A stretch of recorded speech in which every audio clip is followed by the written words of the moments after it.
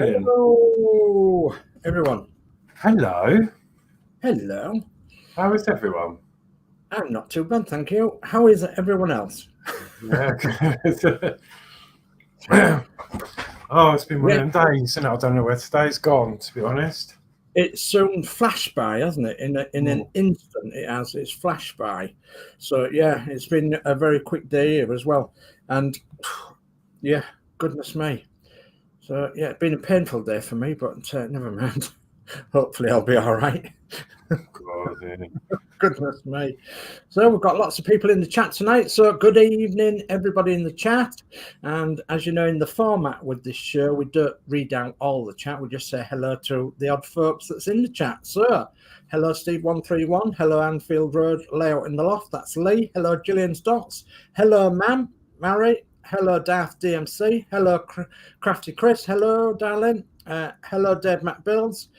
Hello, Jason, Jay's channel. So, and hello, David Bassett.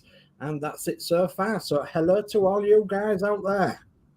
Yeah, welcome. Thank you for joining us. Okay, well, we're going to carry on from what we started doing last week because we want to try and get this lovely model a bit more on the way. So not finished, because that'll be the end of the show, wouldn't it? So we're going to try and get on a little bit and get a little bit more done. One of the problems we've faced this week, and that's the as ever in wintertime, and that's the weather. It's either been too cold, too damp, too misty, and yeah, so it's been very difficult to try and get some paint down. But today was the first day that I was able to take some bits outside and actually do a little bit of spraying. So yeah, there's hope yet, guys. There's hope yet. So, and I think you've done a bit more as well, spraying and painting and what have you, haven't you, since last time? Yeah, I've done a little bit more. More electronics, actually. I don't think I've had an update since I've done that. Because I did that on Sunday, last Sunday. Okay. So after we went live, I'm just preparing, or trying to prepare. Mm-hmm. And then I can show you what I've been up to. So. Okay, well, there's a few more people that entered the chat since then. So hello to Max Mods, and hello to Peter Webster, and Steve131. Yeah, so hello to you guys. Hello, welcome. Electrical tape, where's that? That's it.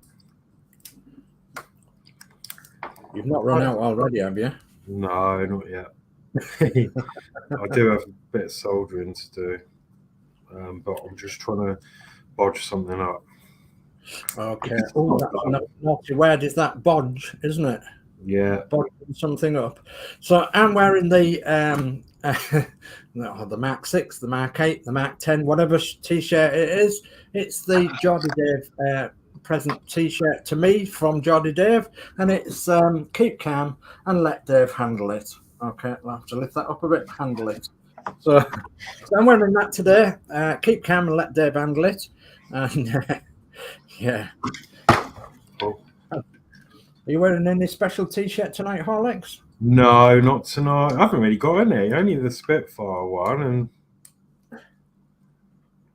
that's it, really. Okay. Okay, jolly good. Oh, I've got the other one, but oh yeah, you've got that other one, haven't you? Yeah.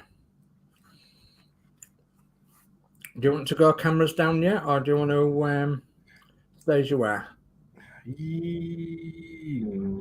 I'll put my camera down and I'll explain what I'm going to be doing. Yeah, thank you. Yeah, do that, because I'm just having a bit of a fight here. You're having a bit of a struggle, are you? A bit of a to-do. A bit of a to-do. Okay, so webcam. Come on, webcam. There we are. So let me go solo. Oh, goodness me, that's solo on wrong one. There we go. Solo on there. So,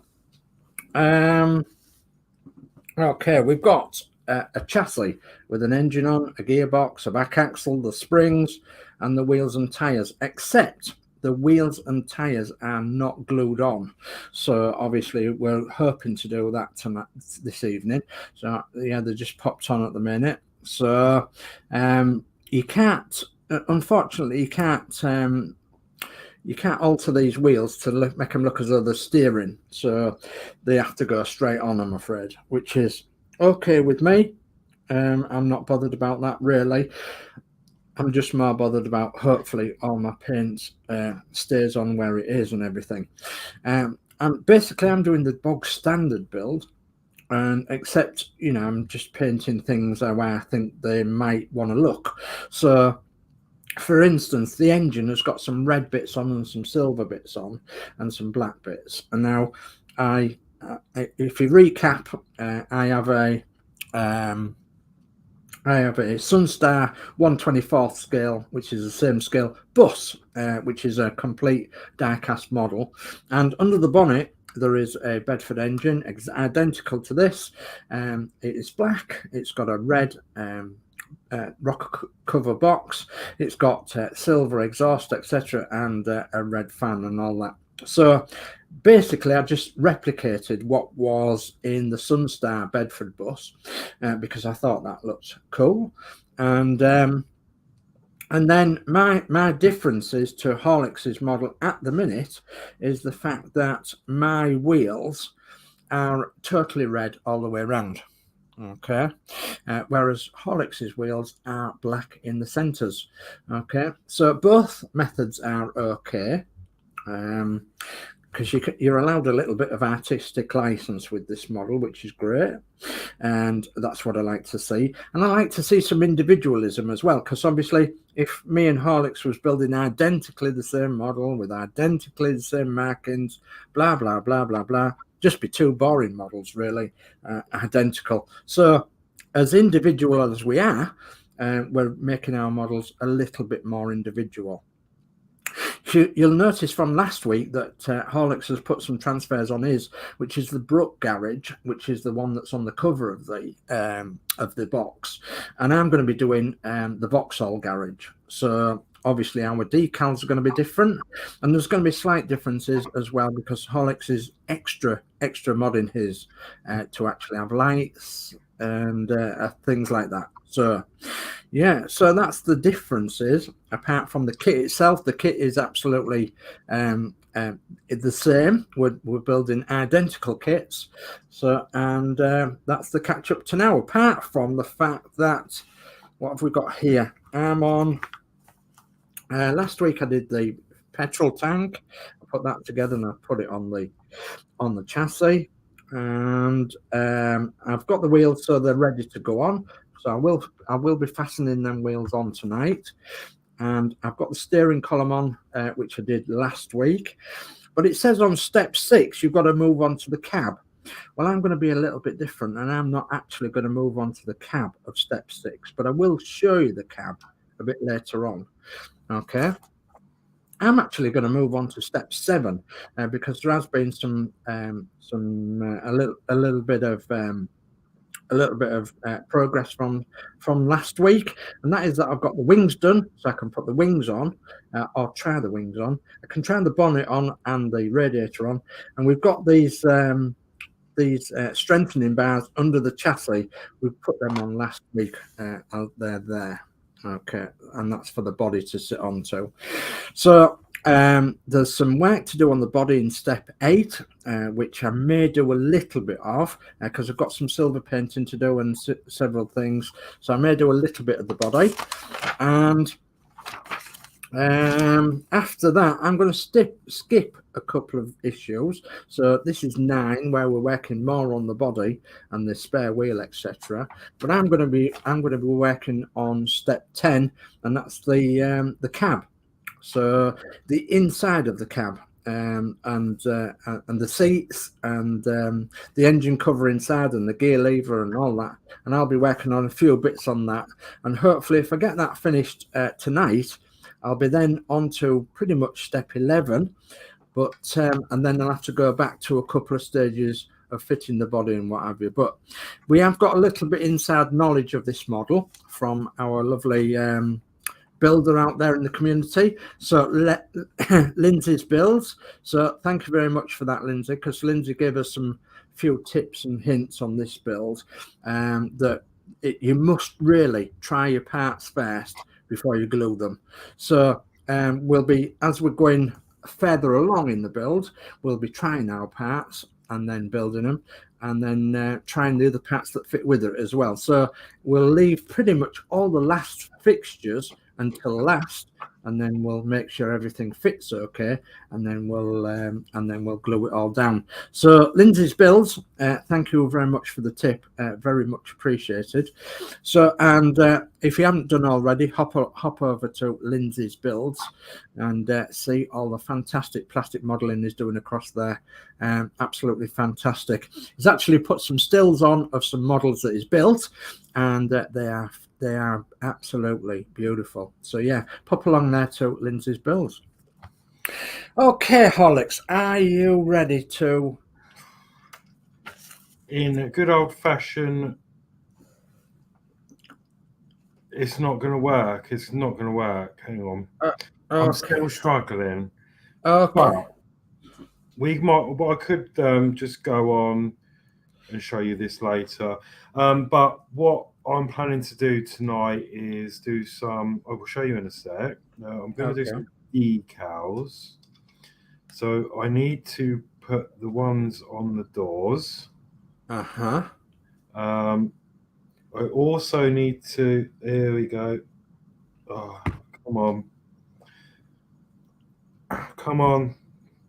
I'm just having a bit of trouble. Okay. Well, okay, that'll do. So, as you know, I've been working on the lights. I can't move this, so no, that's okay. I have done the rear lights.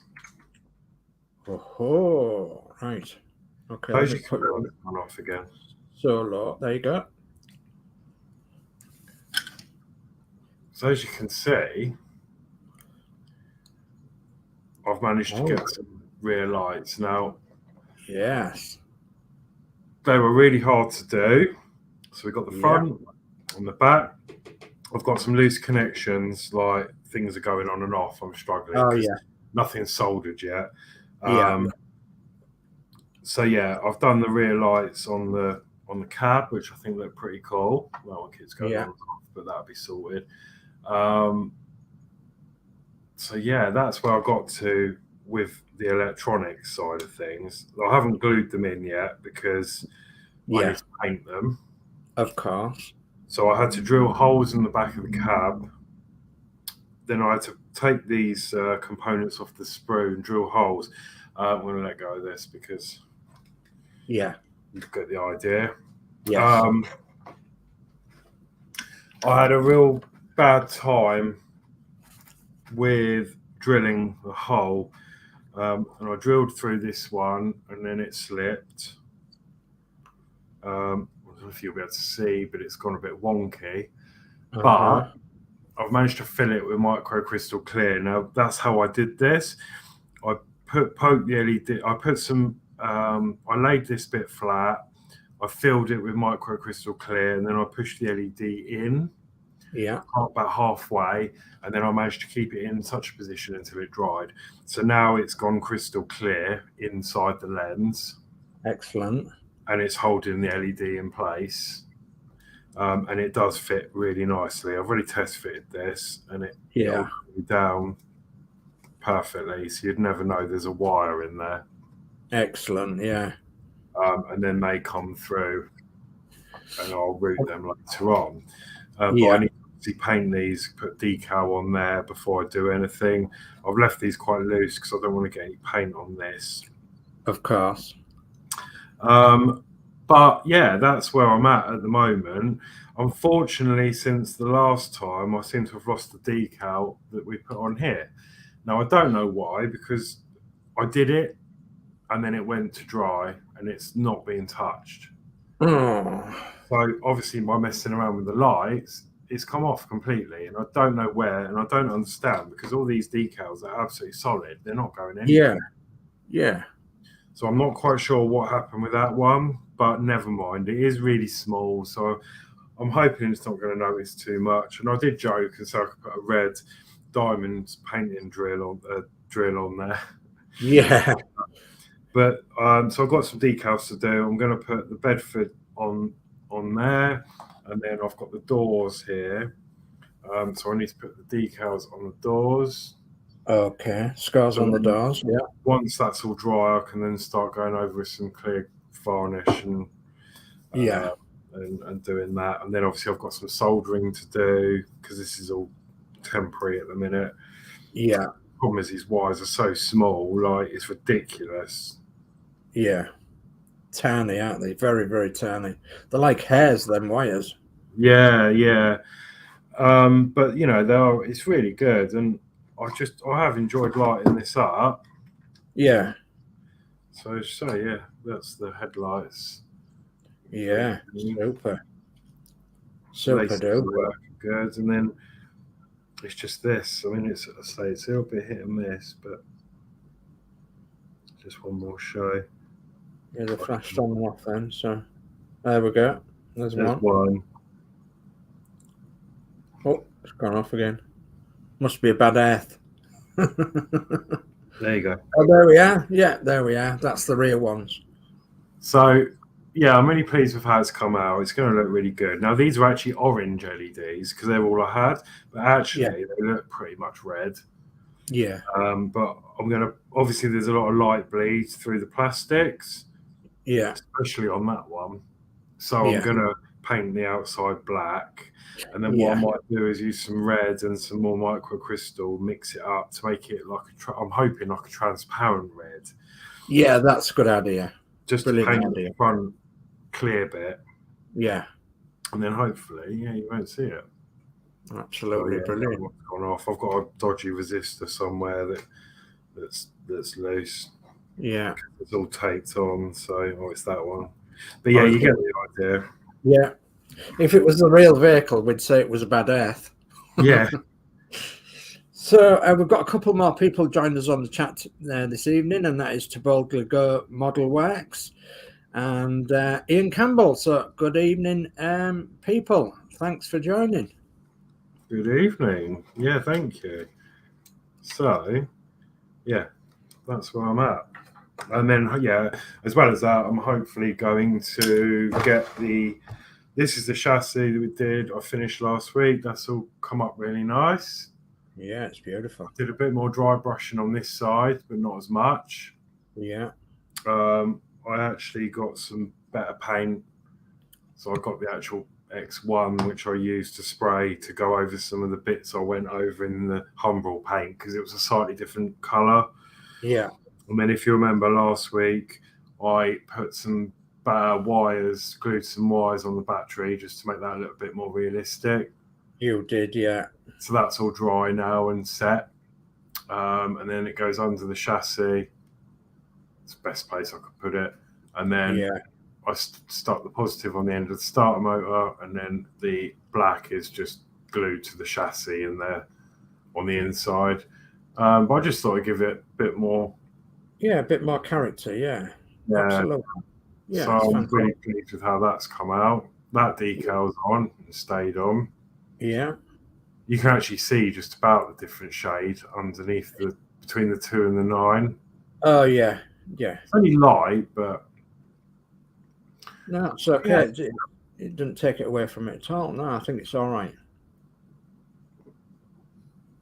So yeah, that's yeah, that's really good. So yeah, I'm going to get that done. Hopefully, get that on. Get the wheels on today as well, and then hopefully get the wings on. Get the wings. Okay, yeah. Right. Okay, so I'll pop the camera on to both of us then, and that'll be there. Okay, and we'll be away.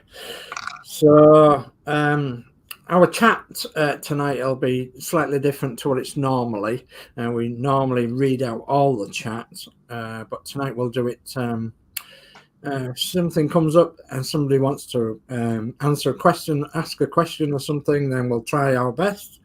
But most of the time we'll be away with the fairies building. So just pick out one of the chat there, and to boldly go models. Wax says Lucas, Prince of Darkness, did the lighting. So yeah, I think you have to be a certain age to remember things like that. Yeah. So Lucas, yeah, Lucas lighting. So and to boldly go says hi to Lee and Peter, or Peters and Lee. Yeah. Okay, so I'm going to leave chat there for a second and then see if I can carry on. I try not to be as vocal tonight as well, because you don't want to listen to me yakking all evening. No, it's fine. What I'm going to do and what I'm not going to do. Well, that's the idea of it, and I think people do enjoy it. Yeah. Yeah, it's you know, I don't want to spoil the ship, like, but so obviously I've got my wheels to glue on, and they all fit okay. One of the wheels actually is a little bit slack, and I think it's that one. It's slack on this side.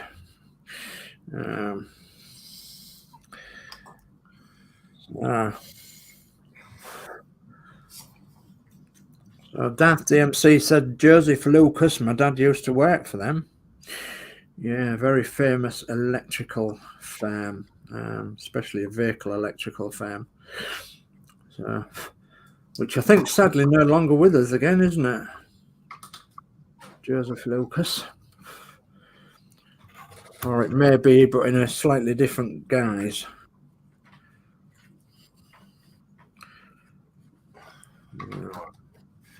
Oh yeah, that's what I'm going to do.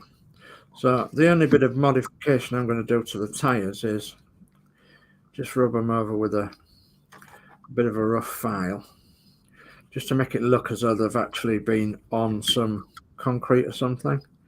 The treads, that is, just the treads. And I learned from a few years ago that if you do that, it just gives you that little bit of realism, because even though the side of a tyre might be painted, it's very, very rare that the treads of the tyre would be painted, of course, on a new vehicle. So you could see where it is driven along the road. So I'm just going to give it a dryish look with my file here, just filing the rubber a little bit. And I think that'll be the only sort of mod that I'm going to do to weather it, because I want them looking as though they're fairly new. Okay. We've got a bit of paint on there as well. Okay. So, and these tyres are lovely rubber, so it will give that effect of just as if they've been driven 20 or 30 miles to the dealer or whatever. Delivery mileage.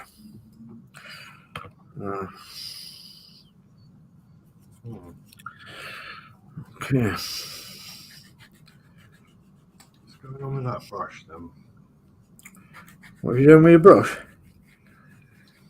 Well, I went to put some of this decal fix on and it came out black. Oh dear.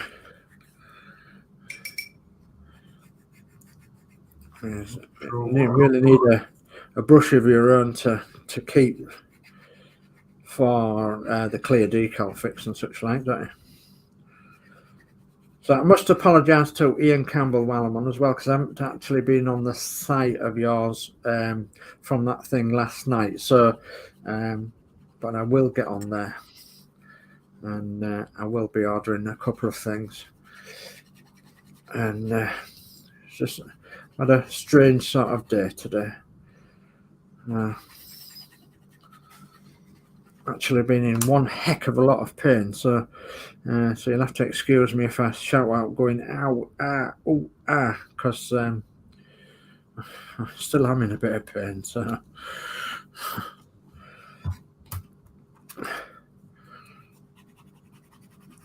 if you guys can see what I'm doing here, I've got one of these nail file things. I'm just scrubbing the top of the tyres there, the tread of the tyres, just to give them a bit more realism, so they don't look so shiny.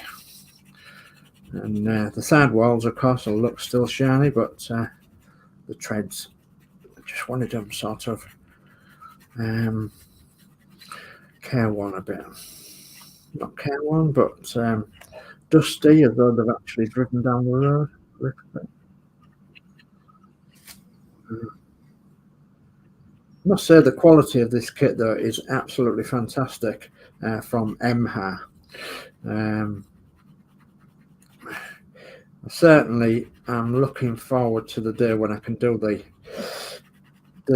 Bedford OWB, the scratch built one, because it can be a bit more rough, not rough. I think rough's the wrong word.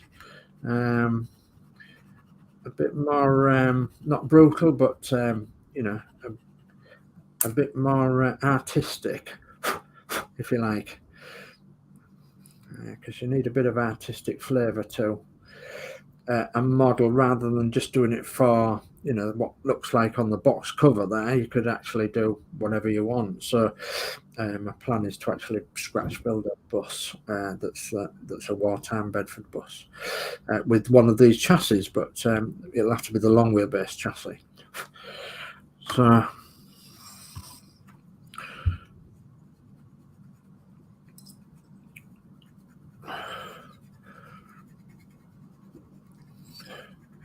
just letting this spin round so I can just do some of the tread.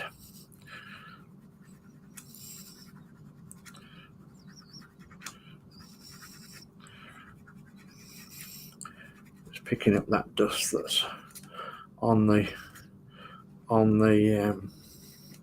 sander as well, which is good. All is good. All is clear, said my friend. It's so hard getting this in the right place. The decal, yeah, it's not right. Really is testing when you're doing things like that. And I think I've said before, this is, you know, 1/24th scale, so it's actually quite big. But how people build 1/76 is utterly beyond me, because it's very, very tiny. Is 1/76, very tiny indeed. So let me explain something a little bit different to you today then. So we have Rington's tea, and we like drinking Rington's tea, and our Rington's man comes once a fortnight, and we get tea off him. And I said, "Oh, what's that?" He said, "Oh, it's a bus."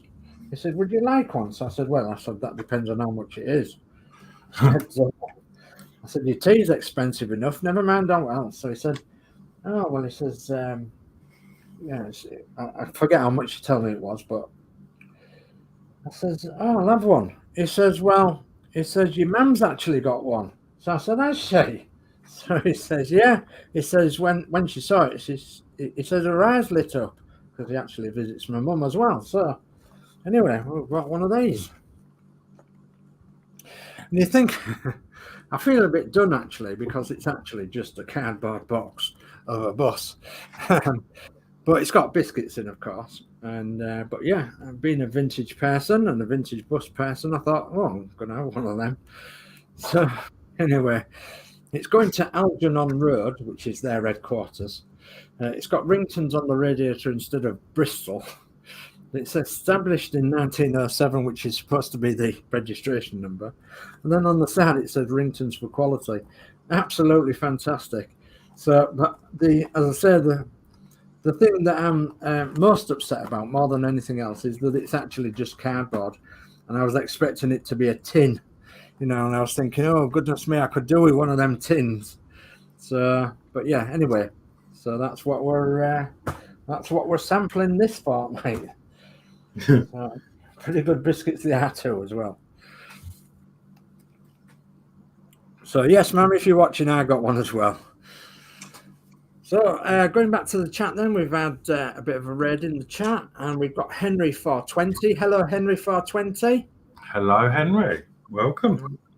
Yeah, welcome to our stream tonight. So we're not going to read out all the comments, but if we see something that's like a question or something, then we will read them out. And then of course, Henry's put, don't forget to smash the like, subscribe, and share. It's free of charge. Thank you, Henry.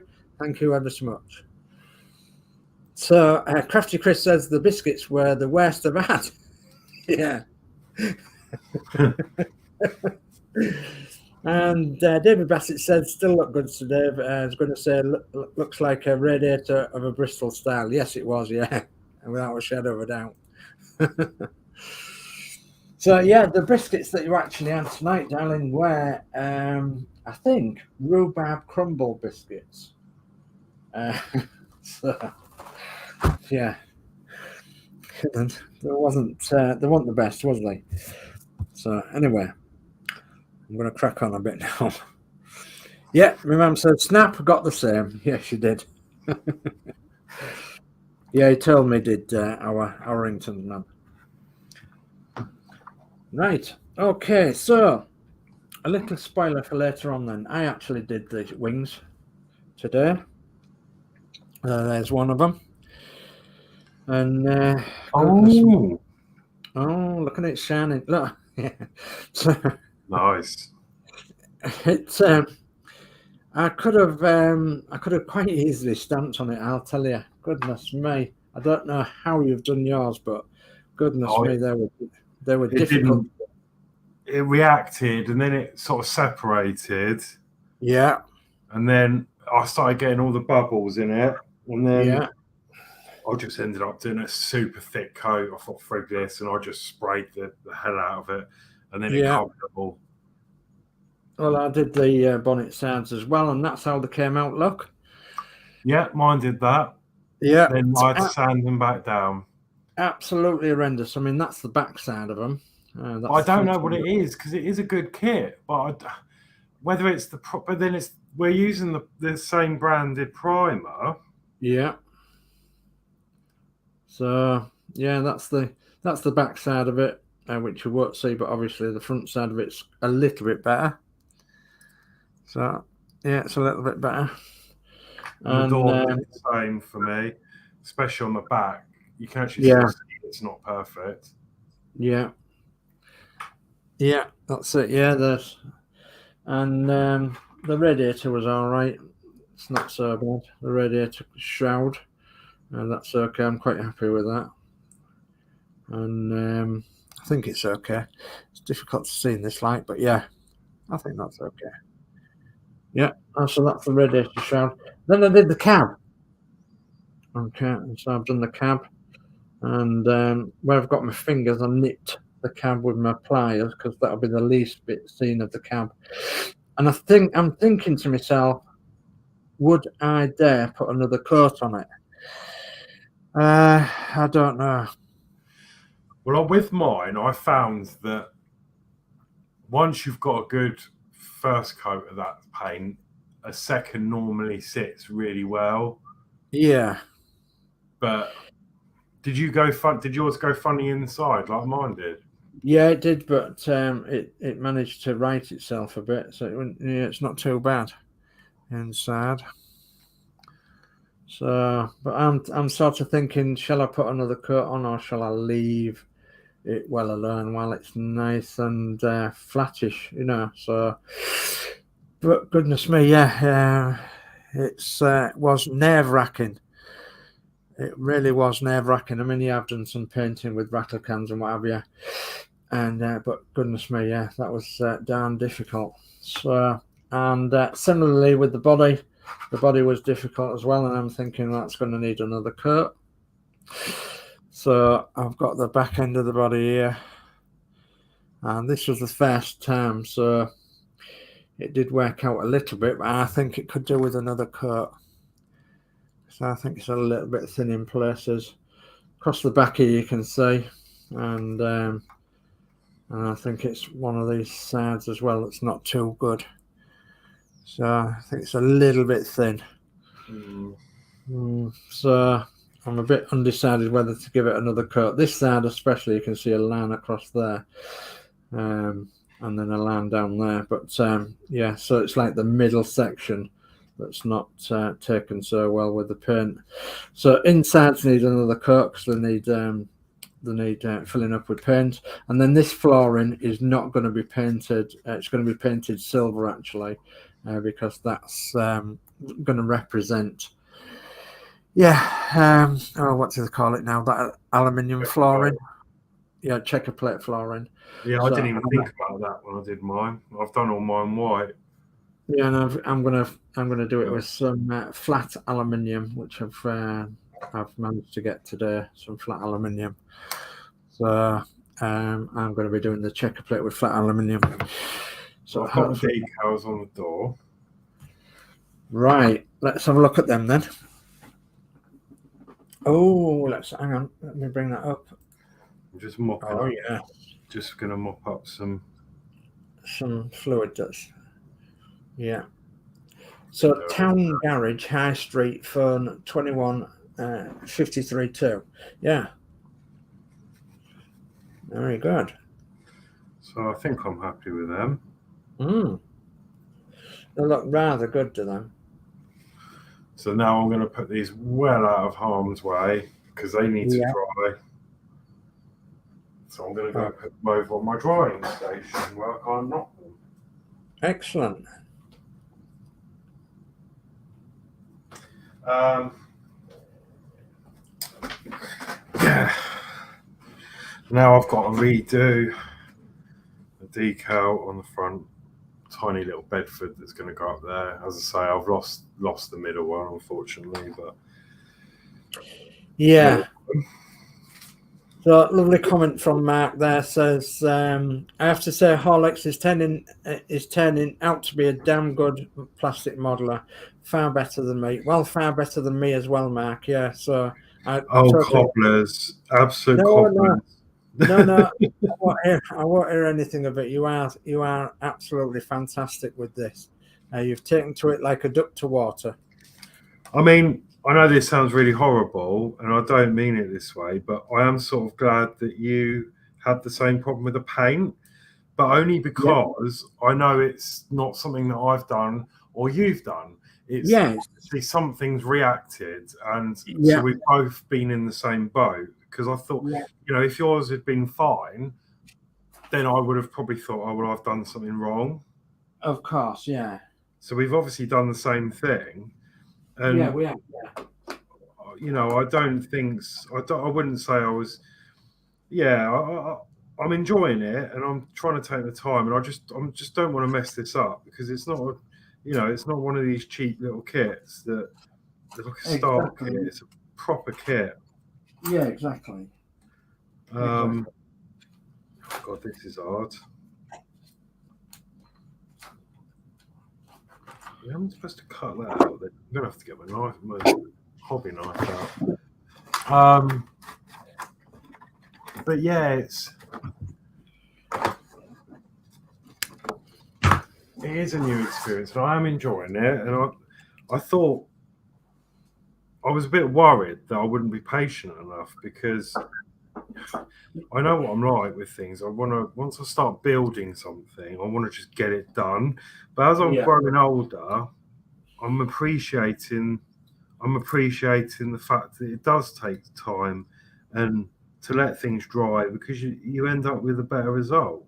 Exactly. Yeah, you do. Yeah, you do, and it's worthwhile. It's worthwhile taking your time. And you wouldn't necessarily understand that when you're younger, because as you say, you just want to get it done.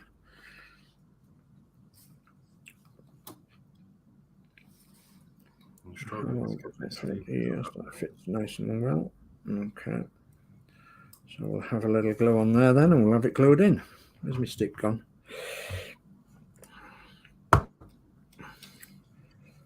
Okay. Pick it up with that hand, perhaps. Move it over this side. Oh, I'm sorry, you can't see. I'm just trying to get a wee bit of the glue on and try and get these back wheels on as best I can. So I want it nice and square if I can. Maybe around to there. Yeah. Maybe. Yeah, I think that'll do it nicely. Okay. Yeah. Super, that's one. Okay, let's test the other. Test fit, test fit, test fit, and test fit again. Because it'll pay dividends. It really will. Test fitting. But I'm certainly going to get some more. Obviously, I'm not going to be one that stocks hundreds of these up at once, but I mean, it's taken a nice long while to get this done. So, yeah. I mean, I do enjoy the part works, but they are turning out to be a really expensive hobby. I mean, they always have been, but yeah, a little bit more so at the moment. Absolutely, yes. It's understandable because things have gone up. Things have gone up, and yeah, I mean, yeah. I think the most these kits are is about £50. I think. What did you say you'd seen them somewhere at £55? You know, These, I mean, yeah. I know I didn't pay that for this one, but I actually got given two for a presents, and then I bought the other two. So, but I do know I actually paid far less than that. So, yes, absolutely. No. Come on.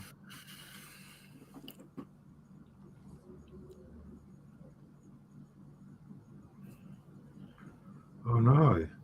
What's happened to that? Is it stuck down to the? Oh, you've got it, haven't you? No, that decal's just disintegrated. Ah, right. It might mean it's an old decal. All the paint's come off. Yeah, it has disintegrated. That's such a shame. Maybe in there too long, Horlicks. Maybe only want a few seconds. Yeah, I don't know. Like normally, it wasn't in there that long. Yeah. Yeah, a few. It's disintegrated because it's got too damp. That's what's happened to it, and it's one of them things that can happen to decals, especially if they're not very good quality decals. So it could be the quality of the decal that's the problem there more than anything else. See, because I thought these were really good ones, because yeah, when I was doing the back, when I did the Brook and Sons, yeah, oh my god, I had a nightmare. I got it caught, it folded in half, then it went upside down, then it went inside out, then it folded again, and it was folded up, and then I managed to straighten it and get it back on. Yeah. And it was a lot of messing about, and that survived. Yeah. But this one literally has only been in for probably less than a minute. Just went to pick up my tweezers, and it's just disintegrated into nothing. Yeah, I would have thought that 30 seconds would probably be too much for it, because it's very, very tiny, isn't it? Well. Yeah. There you go. No Bedford branding on this one then. Oh well, not to worry. You might get some Bedford branding before much longer. But well, that's that job done then. So I'm glad I got the doors done. So I think what I'm going to do now is put this away. Uh-huh. And then get the wheels fitted.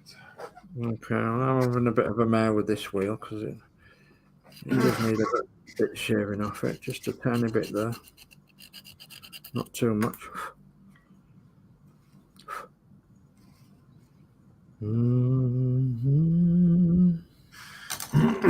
Can't believe that. Come on, a little bit more, just a little bit.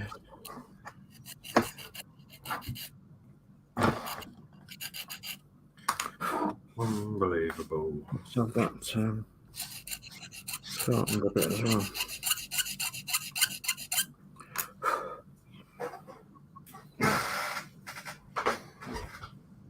Nope, still wants a little bit more.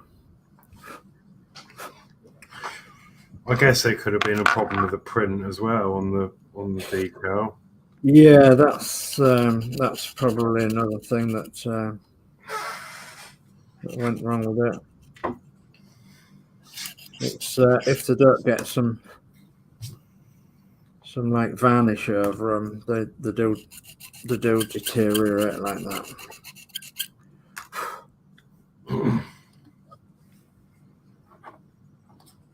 Come on, a little bit more. It's not going to go. So I'm going to have a look at this one. Who's nicked me thing? Let's have a look. There we go.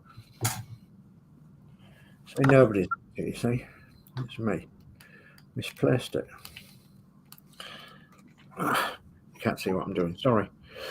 So I'm having to put this wheel out a little bit just to make sure that it goes in there. It'll just be a little bit. And not to bend the plastic neither. No, it wants a bit more. I think it wants a bit more taken off there, but we'll try on the inside. It appears to be something on the inside.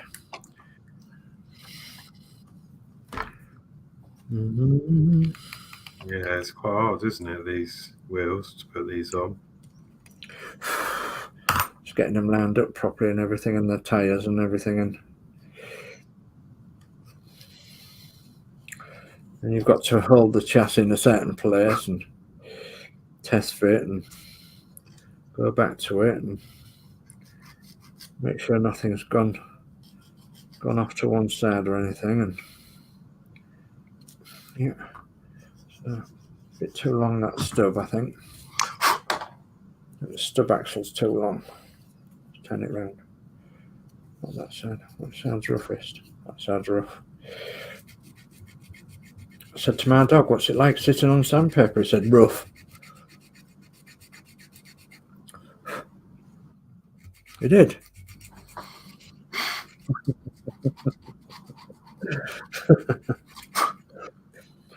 I know, I'm mad, folks.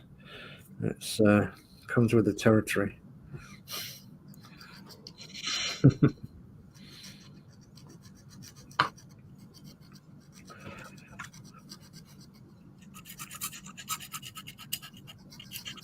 As I'm playing a fiddle.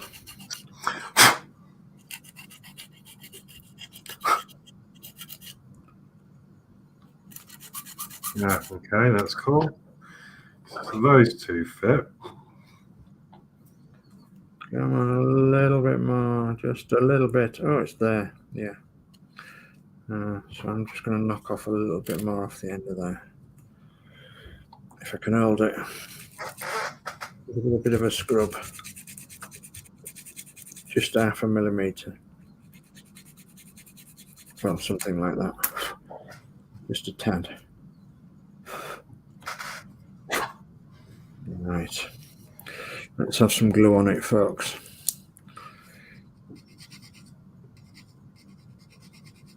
Okay.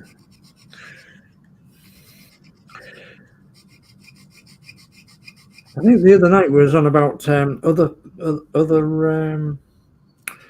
other kits that we've got to do. Well, I've got, I think Geordie Dave showed us his B-type bus, didn't he? On was that on? That was on the model crafting stream the other night. Yeah, I think so. I've actually got two of them. I've got, and they was both given to me, and one needs a bit of restoration, and the other one wants completely building. And Davey was saying how difficult they were to build and everything, and I've always had some apprehension about building them, and I'm thinking, oh, goodness me, if they're going to be that tough to build. But I do feel a bit more confident now. Now I've got my teeth into a couple of plastic models to actually try it. So, because after all, it can't be that bad, really. The only thing that will be difficult is as Geordie Dave said, and that's the gluing aspect. The modern day glues don't work so well on the old Airfix kits. So, and sometimes you have to use a slightly different glue for it to actually sit properly and glue properly, if that makes sense. Yeah, and I think that's where I've got really put off by these, because I had a couple I actually bought from Facebook Marketplace in the old house, and they were really old ships, plastic model kits, and they were really, really old. Yeah. I couldn't get them to stick. I used all sorts of glues. I used about 5 different types of glue, and it just was not sticking. And I thought, nah, no. I got fed up with it, and I did sell them on, but and I hope that the new owner had some luck with it. I really do. Yeah. And then I gave up, and I thought, nah, it's not for me. Like, I'm doing something wrong. But I don't think I was. I think it was just because it was an old kit. Yeah.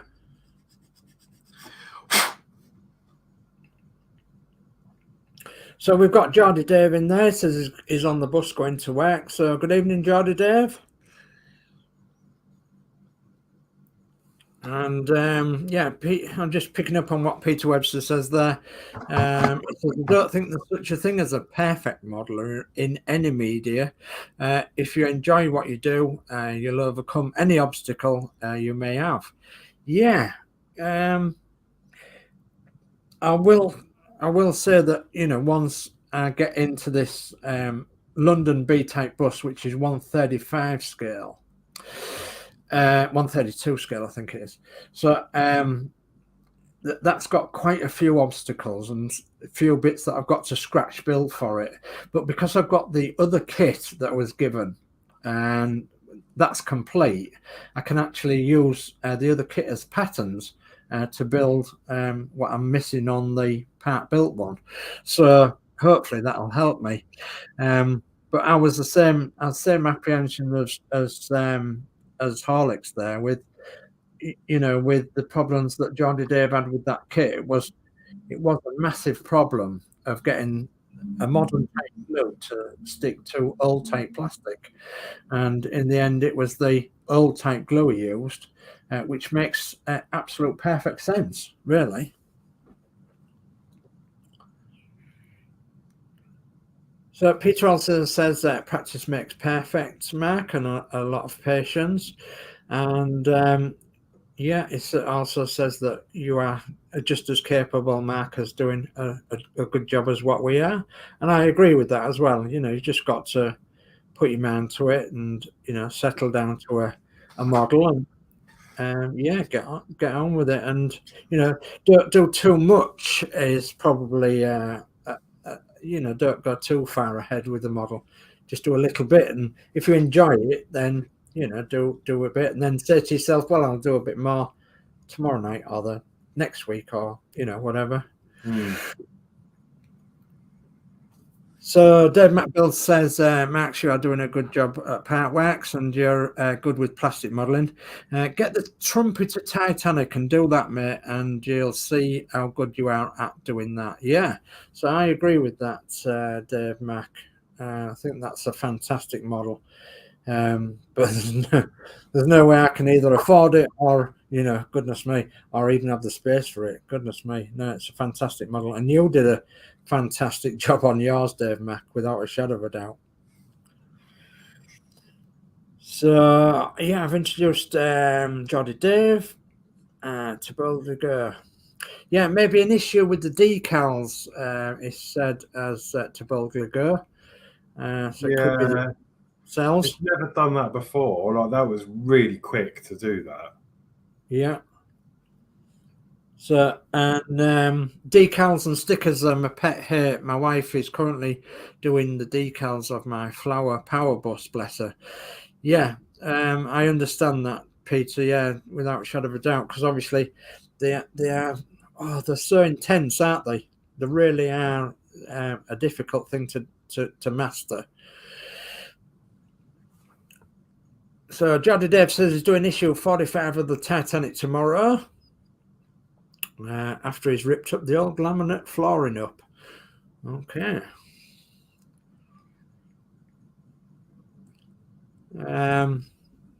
Yeah, so Peter Bulgago says maybe a contamination issue. And Dave McBill says I had a set of decals on one of my trucks I built and they never ever came off. I had to cut them off and glue them on. Yeah. Some decals, they look pretty good, but then it's the quality of the paper that they're made on and everything else, isn't it?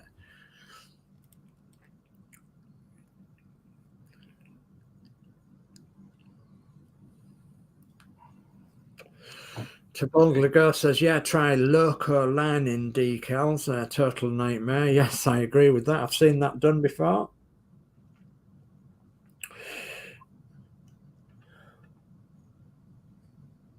And Mary says, great show and well done to you both. Thank you, ma'am. We've got a long way to go yet.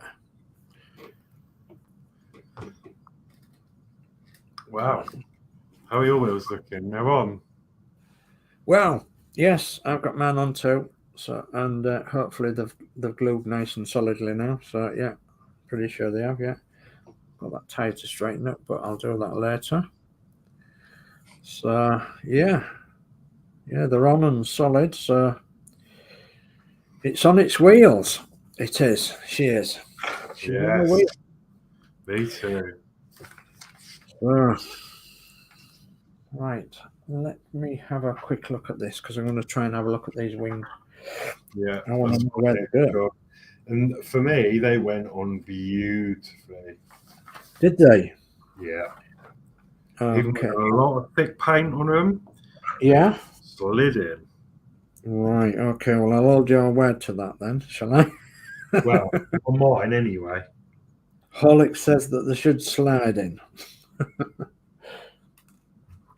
I've actually got a little bit of sprue that wants cutting off on the inside there. Got a bit of sprue that bent underneath. And another bit of sprue that I've lost somewhere over this side. I just want to make sure that the dog don't get it. So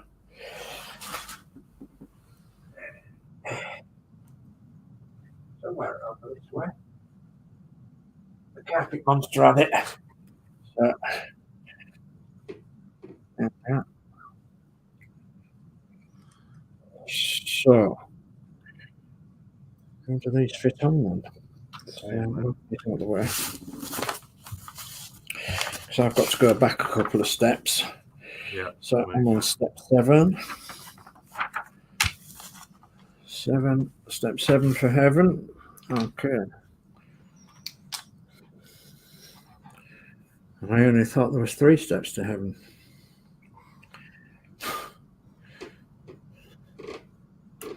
3 steps to heaven. Oh, yes, I see what you mean by that. Indeed. Bring this camera down a little bit. You guys can maybe see. My light's not very good tonight, so it's moving over there a little bit. And then going down there. Oops, missed it. Okay. Yes, that's how the wings sit on, don't they? So with that, like that then, Horlicks, we can actually try the other bits around it without actually gluing them on right now, can't we? Yeah. Yeah. Super. I mean, I've glued mine. Okay, well, I'm not going to glue mine yet because obviously I've got the radiator to fit and the radiator grill to fit together and then fit on to try.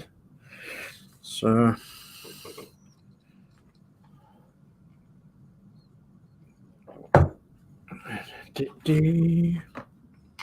okay, so I've got that to nip off there.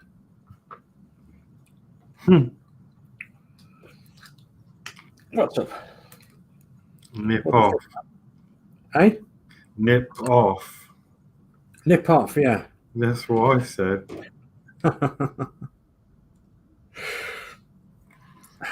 I'm not copying you, honestly. I'm just... No, but it's like funny because it's weird, isn't it? You don't really say. Yeah.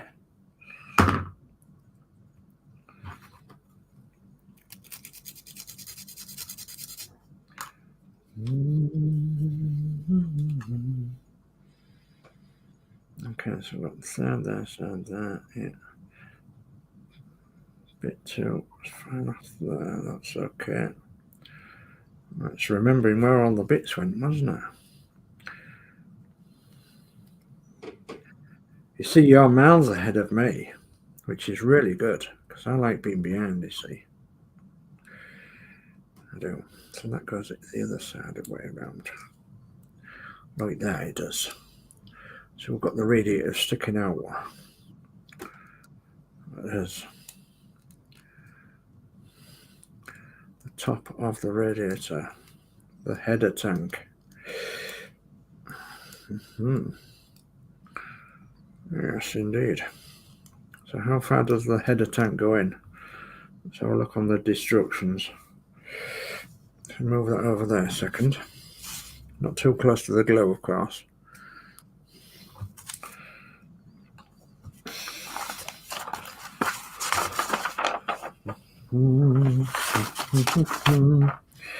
Yes, indeed. Okay, yeah, it just sits in there, I think. Put the inside of the radiator. But for assembly, yes, of course, we've done that. The radiator together and the lights. Lights can go on. Can the lights go on after the radiator's put into the radiator cowling? I think they can, can't they?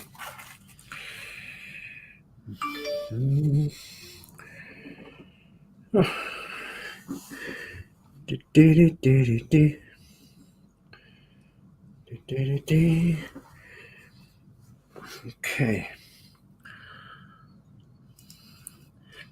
Oh, excuse me. Okay, let's have a quick look at this.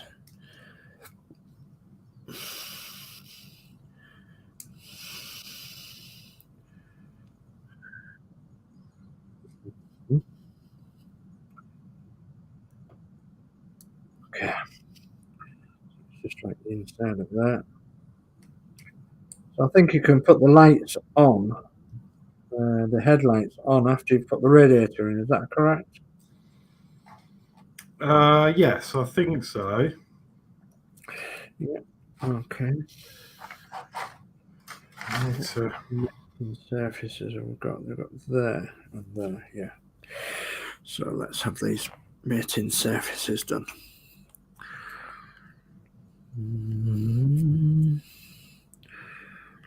My love's coming home.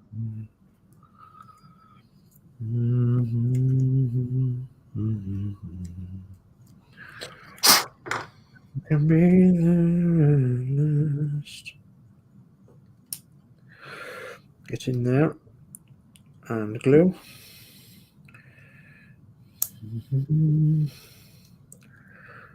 Okay, we're at a tense moment now to see if I've actually glued my fingers to this or I've actually glued the plastic to the plastic.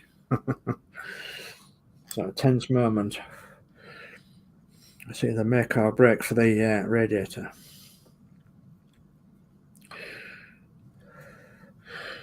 So yeah, the body, Horlicks, I'm going to respray the body again. The cab, I don't know, I don't know whether to or not.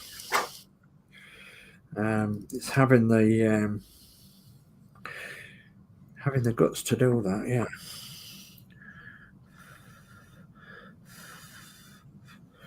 Well, that was a bit of a squeeze, and the front shouldn't be on yet. Okay. But okay. That's what it will look like. Okay, jolly good. Beautiful, yes. Yes, indeed. Fantastic. Holy moly. Let me go back up a little bit. We've got Alex Demetrius in the house. Hello, Alex. Hello, good evening, Dave Horlicks. And good luck with tonight's build. I apologise for not being able to watch tonight's show because you're watching Manchester United in their FA Cup match. Well, good luck to Manchester United. I hope that they're successful. I don't support football at all, Alex, but I don't. You know, if somebody else does support it, it's absolutely fine. No, that's absolutely fine. Thanks for coming along, Alex. So Dave McBill says, I've seen these models all sets in Hobbycraft. I might get 3 of them when I can. Yeah, they're actually a bit dear in that shop, Dave McBill's. Yeah, I saw them the other day. I sent Dave a picture. I went, oh, look. But they are dearer. Yeah, you can actually get them a little bit cheaper elsewhere. Dare I say, other model shops or, yeah, that famous auction site online. But I haven't told you that one. So, okay, that's set. I just dragged a little bit of paint off the inside, which is okay. Didn't drag any paint off the outside. Goodness me, that's great. That's champion. So everybody's been nice and friendly and saying hello to one another. That's really good. So Kenneth, afternoon from Georgia, and hello to everyone, and love all your videos on your channel. Thank you ever so much for that, Kenneth. Very much appreciated. So David Bassett says, evening, Alex Demetrius. A good luck with your team. Didn't realise you wear a red. Okay. So, yeah, don't hold it against him if you're a blue or something like that. So, yeah, because we each all follow our own teams, don't we? So Daft DMC says, Crafty Chris, issue 65 and 66 of the Stobbard are short and fairly simple. Got some fiddly bits in the next 4 issues, though. Okay. Thanks for that, Darth. And yeah, I'm looking forward to catching man up at some point. So then we've got Keith in the house. Keith Farron. Hello, Alex, he says. And hello to everybody. And he's hit the like button. So thank you for that, Keith. Very much appreciated.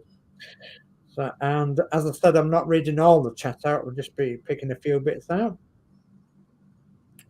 So Peter Webster's still waiting for the next Eddie pack, and hopefully it'll come this week. And Crafty Chris says, what I like about this stream is that you point out the problems as well as the good points. Yeah, that's one of the things, is that every kit, every part wax, will have its little foibles. And goodness me, the foibles in this kit have been not necessarily the build. It's been the paint issues, and more than anything. And we've both had identical paint issues with this build.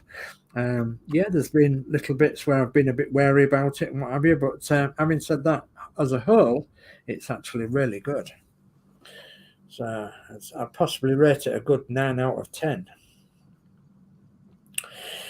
So David Bassett says, hit the like button on all 3 channels, Horlicks, DS Models and Vintage, and now the Model Crafting and Club UK. So I hope everyone is doing the same. Thank you very much for that, David. Very much appreciated. Thank you, David. Yeah, so that's our new channel, obviously, which has come up, which is the MCCUK. So Model Crafting Club UK, which is what we all belong to now. So, and yeah. So Hobbycraft is the only model shop we've got here now. It's in Warrington. Okay. Yeah. Yeah. Well, they're pretty. They are. Let's say they're not the dearest around, but they are. They are. These kits, and I suppose with everything else, can be found a little cheaper elsewhere. But it's, I suppose with Hobbycraft and places like that, you've got a bit of a guarantee, haven't you? So if there's anything missing, or there anything broken inside the box once you open it or whatever, then you've got a little bit more extra protection than someone off the net, for instance, just selling one that's been kicking around for 6 years. So yeah, there's swings and roundabouts to all things like that, Dave Mac. I do understand. So Darth DMC says start of February for me since they shipped the 20th, hopefully before my birthday, a week tomorrow. So happy birthday to you, David, for a week tomorrow, and hope it's not too much of a big one, and hope you have a lovely day. And I think that's pretty much caught up the chat for now. I'm going to go back to my build up. Right, I can't do this anymore. I need to have a play. Have you come to a stopping point? No. I've just right. I can't not have a play. Oh right, okay, yeah, that's all right. Yeah, you go ahead and tell me if you want the full screen.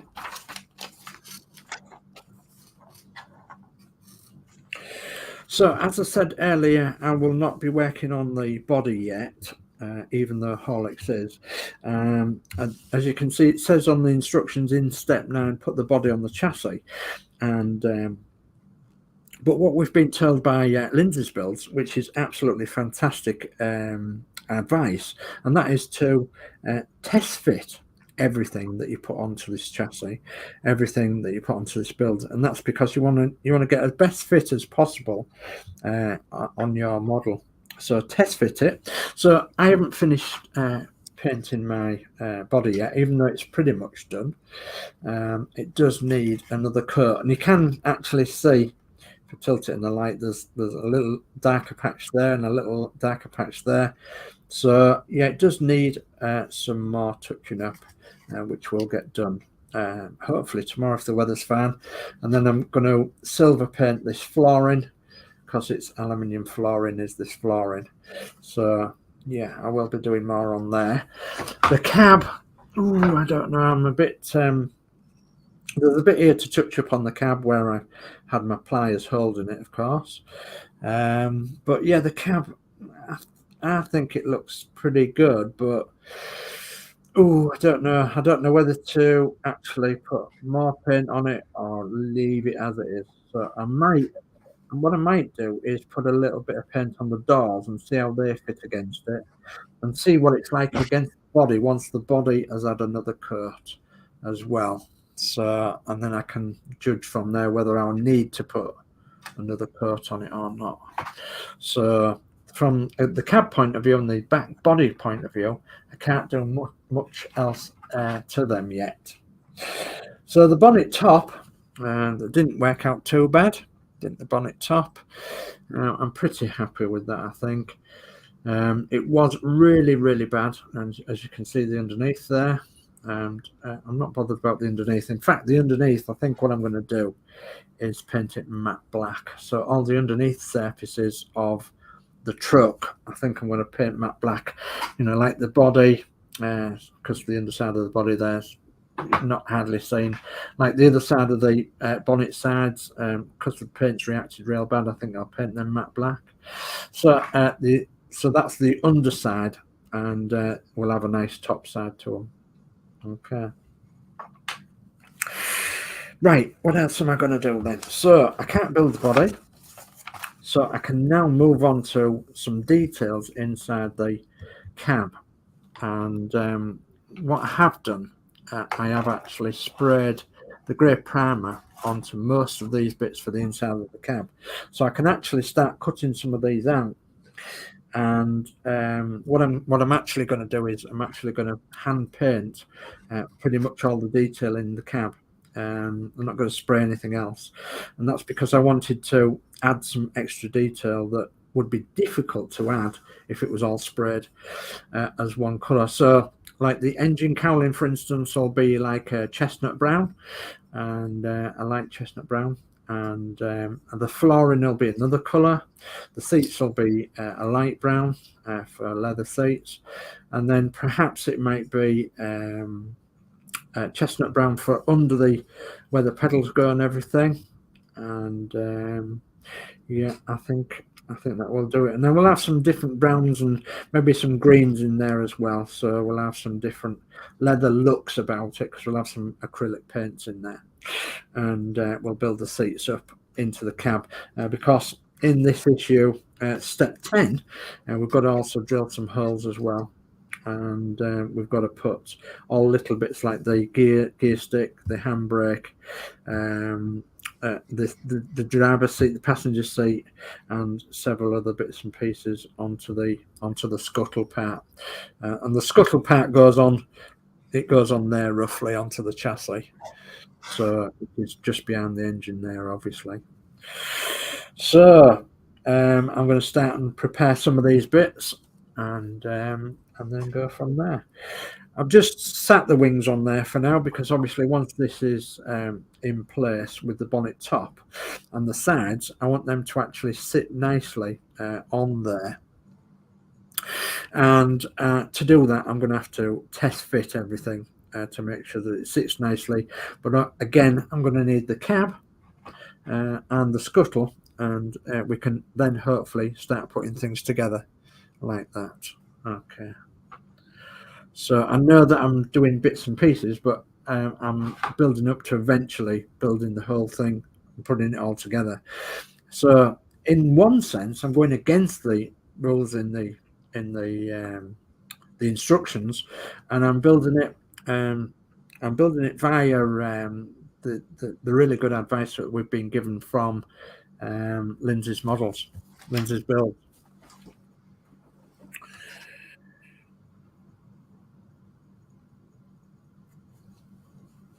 So yeah, so that's interesting. To build the Go models works. Paint looks like it's reacted with the release agent on the parts. Wash the kit in soapy water. Yeah, done that already. Yeah, I did that too, and sanded it. Yeah, every part has been washed in warm soapy water. The primer went on perfectly. And it's been rinsed. Yeah, and as we said, the primer went on absolutely great. It was when the top coat went on top of the primer that was the problem. But yeah, we've done that for quite some time now with our models. Washed them in warm soapy water to get the release agent off, and then rinse them really, really well. And if in doubt, wash them again and then rinse them again, and then dry them out.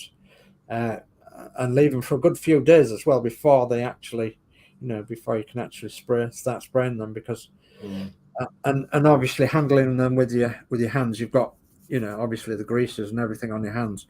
So yeah, that's why we normally handle them with gloves, of which I have not got here at the minute. But yeah, the surgical type gloves, the blue or the cream ones that you normally put on. So to stop any oils or grease or anything. So, but yeah, thank you for that. But yeah, we're doing that already. Well, I've just done a bit of a mock-up. Oh, I've got to look. I've got to share this. Come on then. Wow.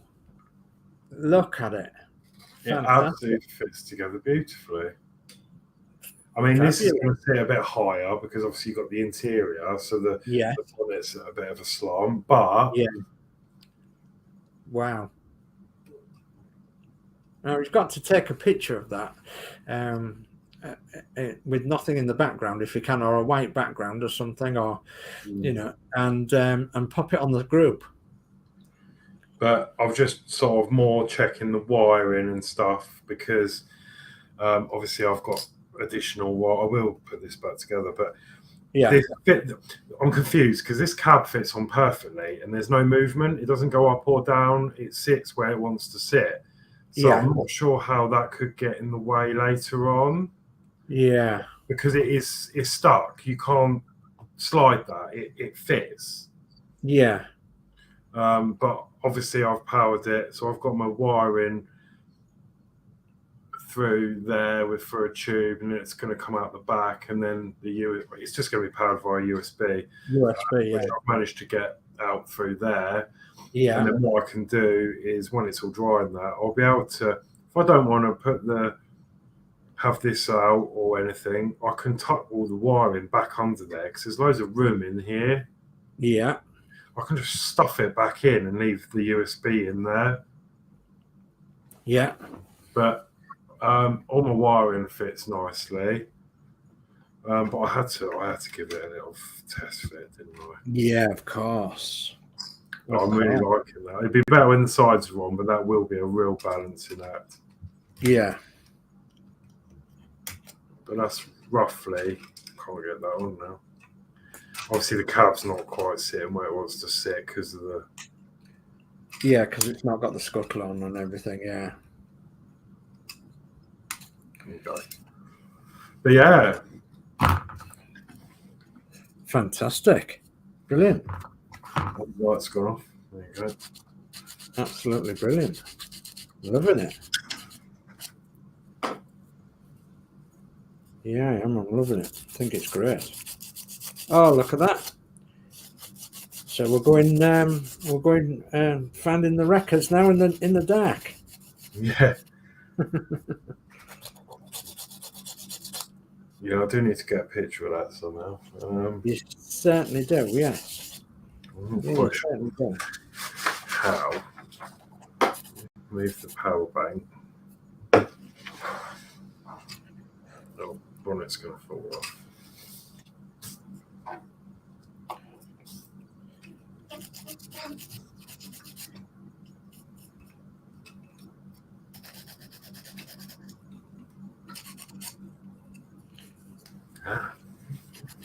Oh, much better. Maybe I could just put this in the background. Oh, the box, yeah.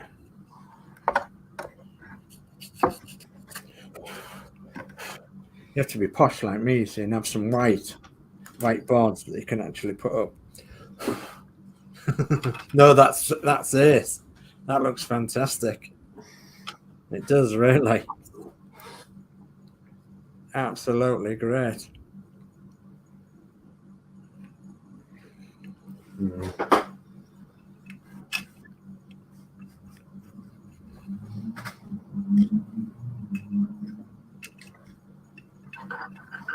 The scuttling is going to be fun as well. That's where the scuttle goes. Oh, wow. Hi, Eric. Hi, Eric. Thanks for joining. We're not doing all the chat tonight, but we're doing, just picking out bits. So, and Holix is just doing a photo shoot for that is mocked up. So, and he's going to do a photo shoot for the group and everything. So, yeah. And To Build the Go says, what paint and primer are being used? And that's Tamiya. In the Tamiya Extra Fine. What was it? The Tamiya Fine Surface Primer. Yeah, and which is light grey for plastic and metal. And then we're using Tamiya paints, both spray tins and the glass tubs of Tamiya.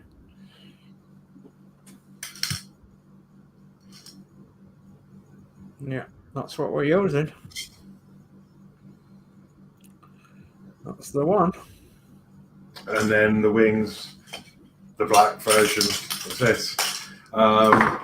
Obviously, I was using some Humbrol, but only on hand painted parts, and I've not had a problem with that. Well, I have, but I have converted now to all Tamiya paint.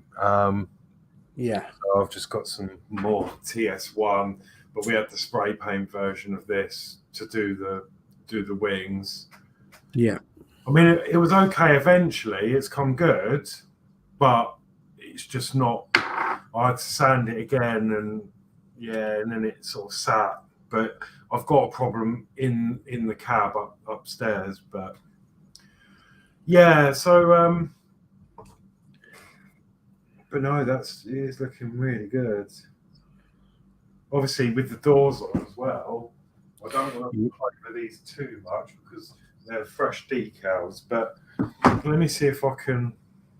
See if you can get the doors on. So just put the door on. To just show people what it's going to look like. So I'm just doing pretty much the same. I'm just popped the cab on and just trying to line things up a little bit. The cab has to go back a little bit, I think.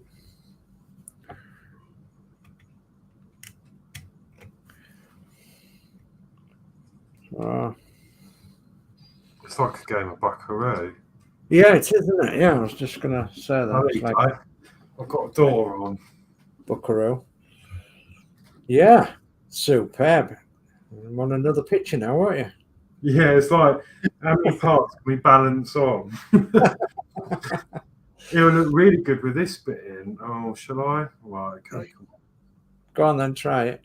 Only one side though, because I'm not going to. Yeah, you can't do the other side, no. No, you can't do the other side. Which one is it?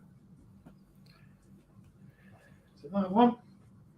I think so. Where's the tweezers? Yeah, it's supposed to be building and we're just messing about.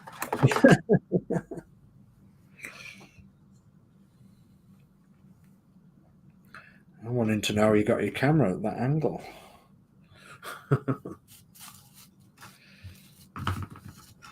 Well, it doesn't matter about building as long as we're entertaining everybody with what these are going to look like. That'll be okay. Hey. Yes. Now we need to take some pictures. Oh, I'm missing the little hole, the thing there, but I'm not going to be able to balance that in. No, you're not going to be able to have that on.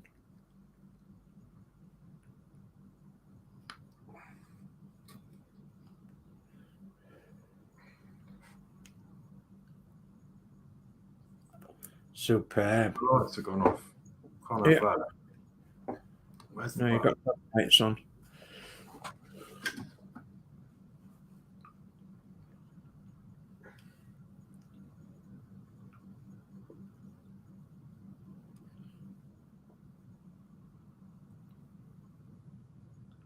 Excellent. Absolutely top notch.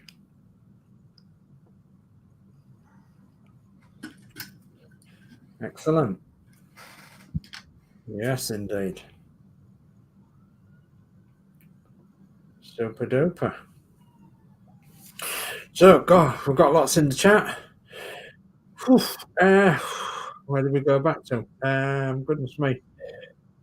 Yeah, we've got Restless Hobbies. Howdy, Eric. Thanks for joining. We're not doing much in the chat tonight apart from picking out, bits and pieces. So David Bassett says that will look fantastic when it's finished, Alex. Yeah, do you know what? I'm so pleased. Like, this is my second proper model kit, and look at that. I mean, I couldn't be happier with that. I mean, it's not perfect by any stretch of the imagination, but it looks absolutely fantastic. I love it. Yes, indeed. Brilliant job so far. Fantastic. Right, now I need to try. Okay, you've got to be proud. So proud. So Rascal's Hobby says, "Wow, nice, mate. So nice, bro. Yeah. Thank you. Yeah, so- just messing about, and I need to get carefully. The decals are still wet on them, so I need to be careful of them. Okay. I did notice that Taboldigo says about the silicone on the gloves, perhaps. Yeah, that is a possibility. Yeah, silicone on the gloves. So it says Tamiya usually behaves okay, might be going on too heavy. Yeah, that is a possibility. So we're just doing it by rattle cans.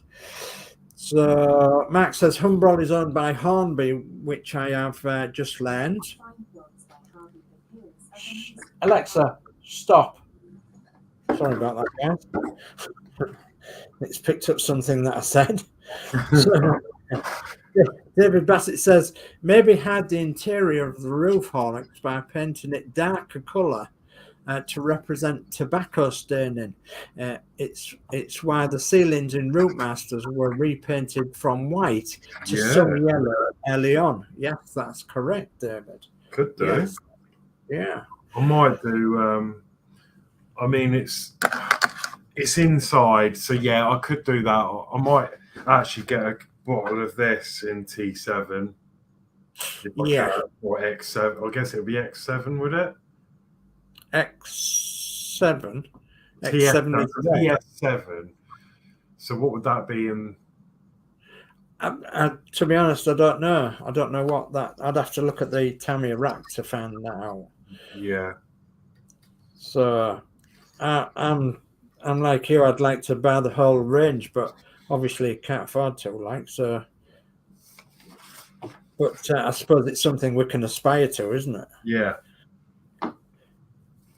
So, yeah, Rascal's Hobby says looks awesome, Alex. Dave McBill says looks good, Alex. Lee says looks cool, Alex. Hella and EMHAR are owned by Bachmann. Yes, these are EMHAR models. Yeah, Bachmann as in railway things, aren't they? Yes. Max Mod says no. David Bassett says as a Airfix and Scale Electric, which is why kits and paints are no longer in Hobbycraft. Hornby wouldn't give them a discount. And Tavolga Go says looks spot on, Horlicks. Yes, it certainly does. Thank you. Max Mod says why not display it with the door open? So you can see the interior. Yes. One of the YouTubers that I follow, Showtime Studios is called. He's an American guy.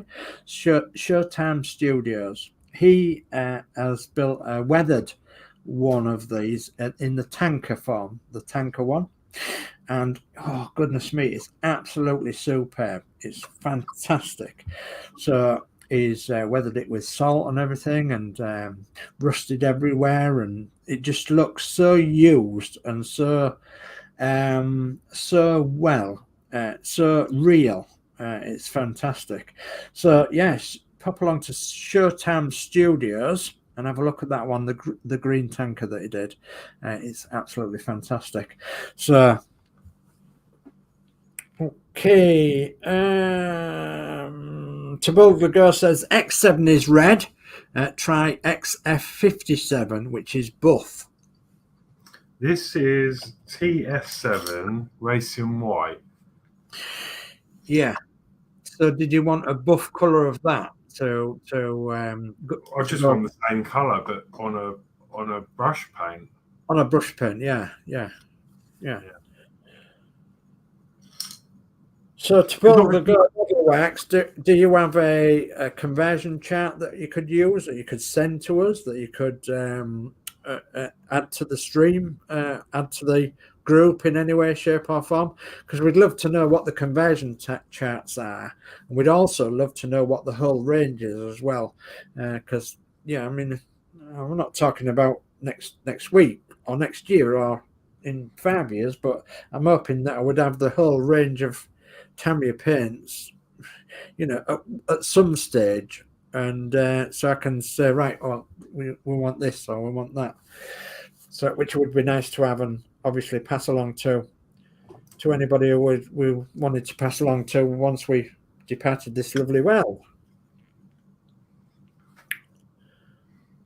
Okay, what am I gonna do now? Yes, I've just cut out the scuttle and put it on the chassis here along with the cab, just to show you what the cab would look like with the cab and wings and engine.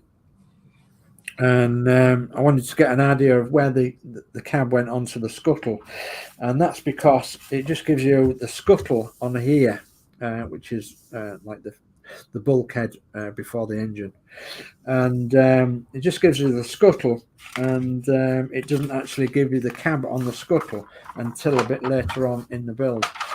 So, and I wanted to know how far it actually sat down and whether it actually went very close to the running boards at the side, the steps, and just sitting it on there like that, I can see that there is room for manoeuvrement, and I'm not sure how much depth there is once you open the cab door, so I'd have to have a look again at the instructions and work that one out.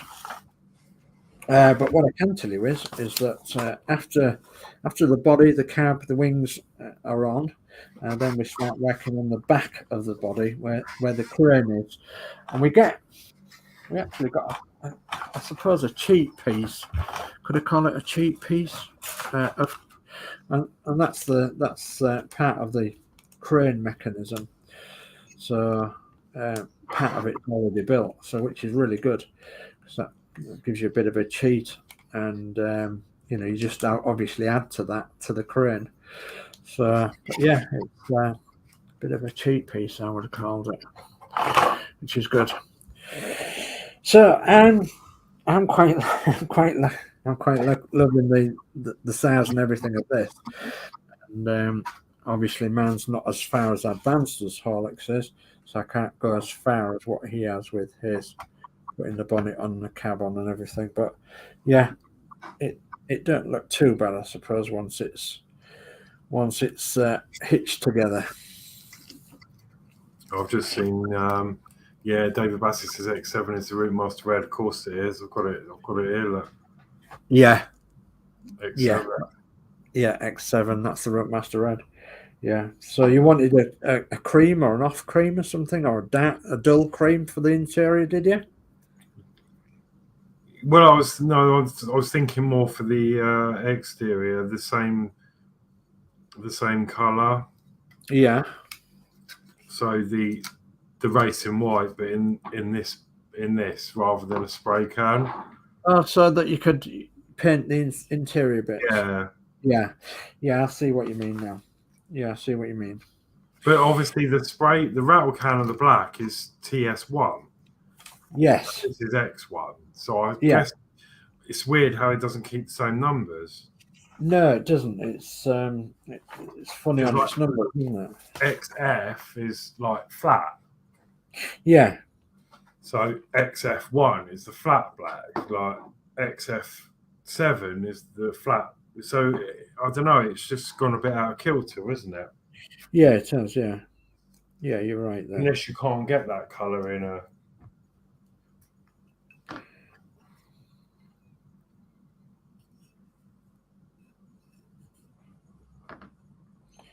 Got 2 oils there and there. So this is the hard bit now. I'm having to paint these in situ. Further over that way. I don't want to get any on the cab. So where do we have to drill the holes? And they're further over that side. I'm just trying to work out why we have to drill the holes. Unless it's a left and right hand drive thing we have to, but no, we'd obviously have to do that as well on that side. So it can't be that because it's left and right hand drive. So it must be the fact that they must sit in. Oh, are you looking at drilling the hole bit? Yeah. Yeah, I noticed that. Yeah, on the scuttle, and there is 2 marks underneath where you have to drill the holes, and I'm just wondering what there's like a box that goes on the scuttle there. That's got 2 holes, 2 studs on it. So as if they go into the holes. Yes, they do. Yes, you do. So it is them holes that we have to drill. They're marked on the underneath actually. So I don't know if you can see, but there's one there and there's one there. So you've got to drill them holes out. Okay, can't do that now because my drill's not here. It's upstairs. So what else could I do? I could find out what else I need to put in there. I need the gear stick, which I've got, but I'm not going to put that in until I've painted that. So I can't put them bits on the outside of the scuttle because I want to paint the inside of the scuttle first. The steering bar can go on afterwards. The dashboard can go on afterwards, and the steering. So yeah, I can pretty much. I suppose that's the back of the cab, is it? Yeah, that's the back of the cab where the seats go into the back of the cab. So that's going to be very helpful. So, which is that bit there. So it's like being a mechanic in a one sense, that you're building this up and you're putting it together and working out which bits want going together before they can be painted, etc. So we can see if I can fit that on there. Does that go that way? Or what? Yeah. See if it's on there. And then there's a lug that fits on. So the handbrake goes in there. Yes, it does. Okay, so we can glue that together once it's filed. We can paint all that interior bit, which gives me then a guide for the back of the cab. Is that correct? It might do. Yes, it might do. Okay, so I'm just, because the seat backs go in there then. Okay. Yeah. So I know where I'm going with that bit now. That's okay. So can I put anything else on? Let's have a quick look. No, because the seats won't build enough and then they can go in. So really so it's a process of elimination really of which bits can be painted and which can't. And which bits you can fit together without too much bother. Let's have a look. Where's the dashboard going? So there's that many sprues. I'm doing a job remembering which one's which. So that's not on that one. It's on that one. It should be on that one back there, I think, with the doors. Yeah. The screws on the doors. Let's take that off that screw. Put that sprue down a bit. There we go. Bumper, dashboard lights, headlights. Is that a floor? So what are we thinking there then? Thinking that is the floor. Or the scuttle part. Yeah, the scuttle part on the top. Oh no, that'll be okay. Yeah, so that'll be the scuttle part on there. Over there, yeah. Okay, that can go on before the cab. So yeah, that's another thing that can be snipped off. Just where to snip. Yeah, because the steering column goes down there and it can be snipped off square. Okay.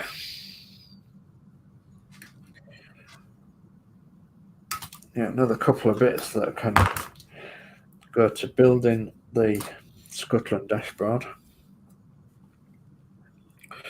So I'm building all. I'm theoretically building all these bits to make the scuttle and where the dashboard goes and everything.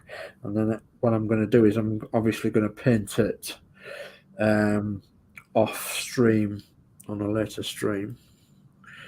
Sorry, off stream, and I'll come back when on the next stream, and hopefully the cab pit inside the cab pit will be painted, and then we can start putting things together. So, but this is how you guys can see it being brought together as it was. So yeah, that's the dashboard. I'm going to paint that brown because nearly every Bedford I've been in had a brown dashboard. What was the shade of brown that was in the goddess? It was, oh goodness me, oh, Conker, that was it. Conker brown. Looks so good in the goddess cab. So Peter Webster says, looking sweet, Dave, and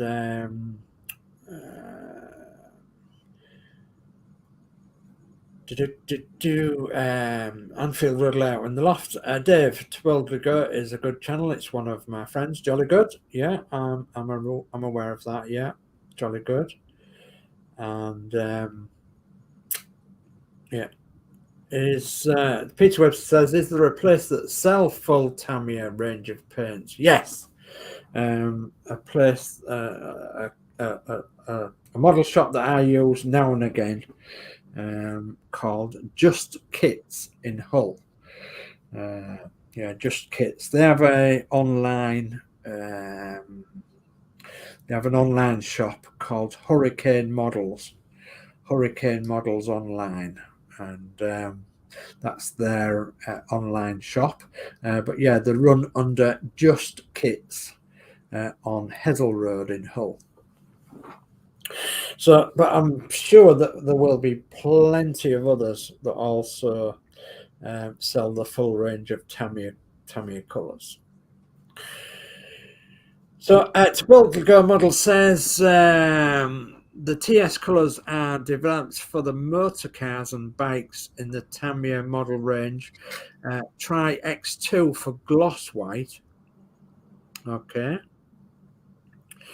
And Dave McBill says, I'm going to say goodnight, guys. It's been a great show as always, and your builds are looking great. I'll catch up with you tomorrow night and all in chat.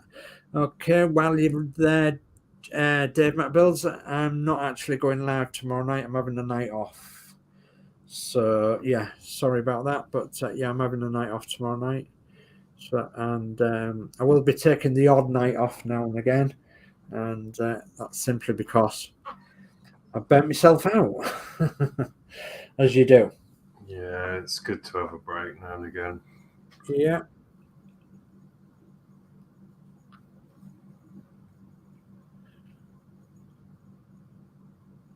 Topolga says, 1 second, I found my tablet. I got to find my tablet. Okay. You can always post that in the MCCUK Facebook group if you want. Anything in there to tag us along in there if you want. You've got Harlex and DS models and vintage on here, so you know, you can tag us in one of them if you want to join the group. That'd be amazing. Yeah, the link's in the description below.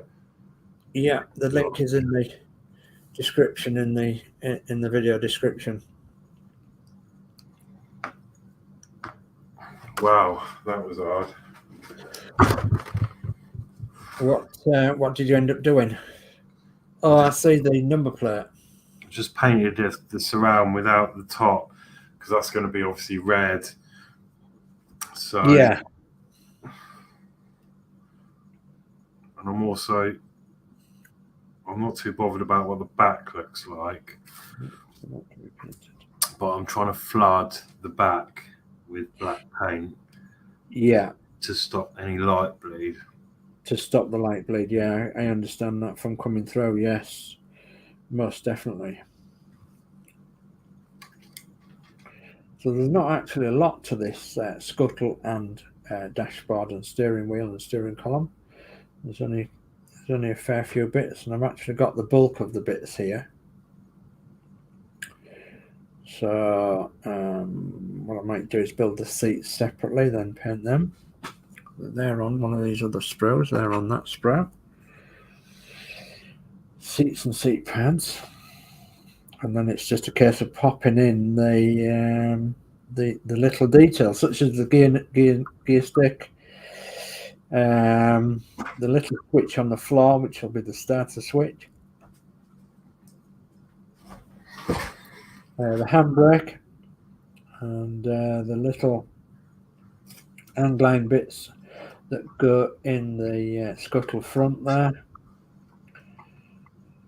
and several other small bits that make up the dashboard. Oh, the pedals as well. I don't recall seeing the pedals. Pedals are on B21? No, B22. Okay. Do you remember seeing where the pedals are, Horlicks? No. Probably on the first or second sprue that we've got. So the little details gone there. So it could be on that one. Oh, excuse me. That's because I've been up since goodness knows when this morning. Pedals. Could that be the pedals? Yeah, that could be the pedals. There they are. They're on them rear wing 22. So they're here. So I think that was it. Wheels on here? No, it was something. They're on the rear wing sprue with the windscreen wipers. So they're on that sprue with the wing mirrors. So yeah, they're just there at 22 on the B sprue. Yeah, B1 sprue 22 is the pedals. Right, let's have a look at this. So right, if I cut these seats out, then I can build them up off camera again, and then paint them up either next time or before next time.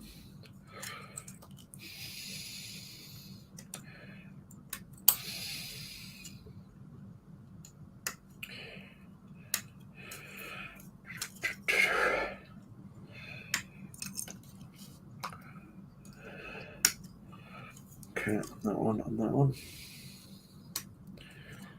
And that one, and then that one and that one.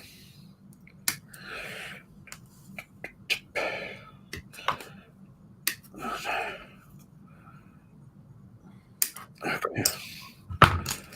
So double check my sprue. Oh yeah, there's two side lights on there. Yeah. They can be painted on the sprue. Goodness me, they certainly can. Right. Okay, so I've got quite a bit of filing to do now, and making sure that these are right for painting up.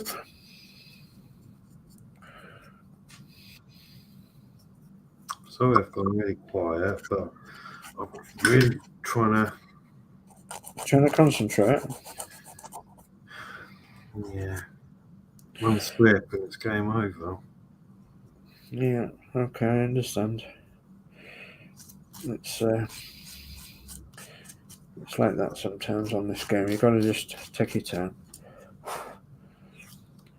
and concentrate.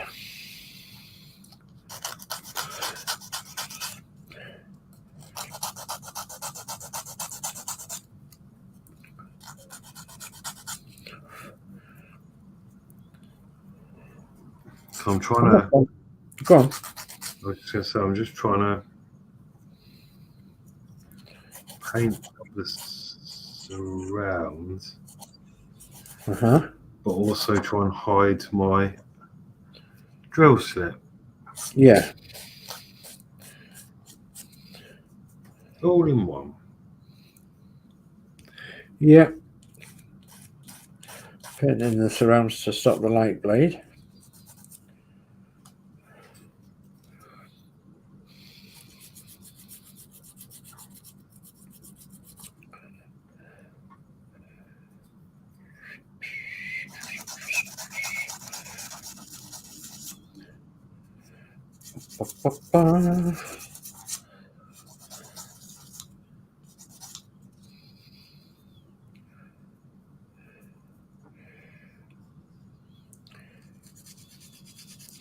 Yeah, so on Sunday we've got Lee Anfield Road in the loft going live at 5 p.m. English time, and yeah, so he might do some running of his train, so which would be good, and then I think that's it for the Sunday, isn't it?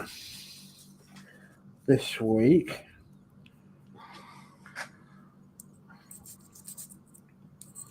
Unless HTM are doing anything. Yeah, it's quite possible that HTM might be doing some things at Hobbytown Modelers over there in America. And you think, well, goodness me, they're over there in America. So, but the things they're doing, guys, are, you know, there's a lot of English things that they're doing, and a lot of builds that we're doing as well. So, you know, they are very, very interesting guys to pop along to, especially some of their builds are absolutely superb. You know, very, very skilled modelers across there in America, in the good old US of A. And yeah, we like to think that they're our twins of modelers, and they like to think they're our twins, so which is really good. So and we've helped one another a lot as well along the way, and the same with Anfield Road Layout in the Loft. Them guys over there, Anfield Road Layout in the Loft, they've been exactly the same, absolutely friendly and brilliant, and they've been sharing our streams and everything, and coming along with a raid now and again of some like-minded modelers, which is really good. And yeah, we've formed a lovely friendship, a lovely modelling community.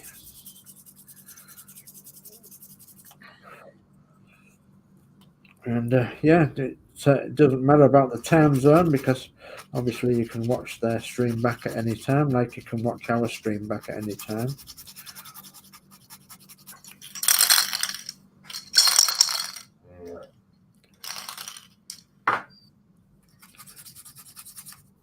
Just noticed I missed a bit. Oh goodness me, no good missing a bit. I think I'm going to leave it though. Right. On the back here, can you see the grey patch along the bottom? Oh yeah, yeah. Is there nothing that goes anyway? It's an empty can. All right. Is there nothing that goes across there? I was going to say. Don't think so. There's just a few details, and the hooks are going to go on there. Okay. Could you scratch build like a flat bumper that goes across there? I'm putting thoughts into your head now, aren't I? I think it'd be all right, because I think the original one would be perfect, would it? As Geordie Dave said, it would probably be hand painted and rough anyway. Well, yeah, of course. I don't think you can see, only because I've got the light on it. Otherwise, I can't see it. If I pull the light on, you can't see it. Yeah, that's it. Yeah, it's as you say, you've got the light on it. You know, when they're sat in your model cabinet, you're not going to have bright lights right on there, and you know, they're going to be away from folks a little bit, and we call it the 2 foot rule.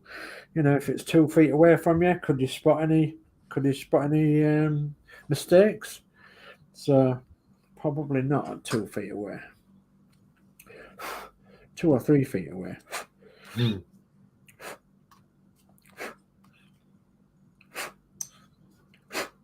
So that's them seat bits done. Now then, how do we build a seat? Right, then 2 bits like that. Excuse me. We get them bits like that. Put them over there.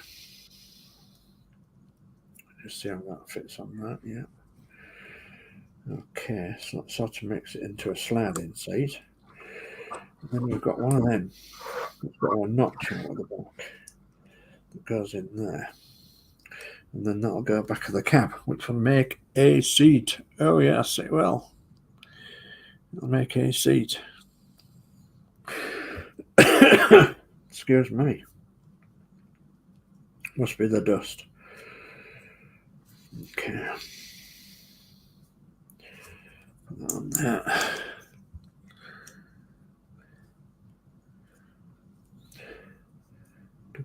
Do. Okay. And that on there. I think it just matters which one goes on which side. Just they've got to fit in the back there. That little spade has got to fit in the back. Cool. Yeah, which will go into the back of the cab. Yes, indeed. Okay.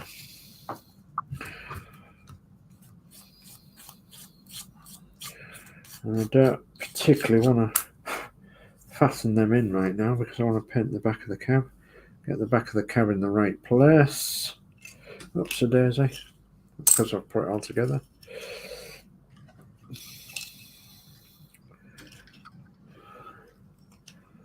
Okay, that sits on there rather nice. Rather good. So we'll have that stuck on. Go flat. Not quite. It maybe would in a second.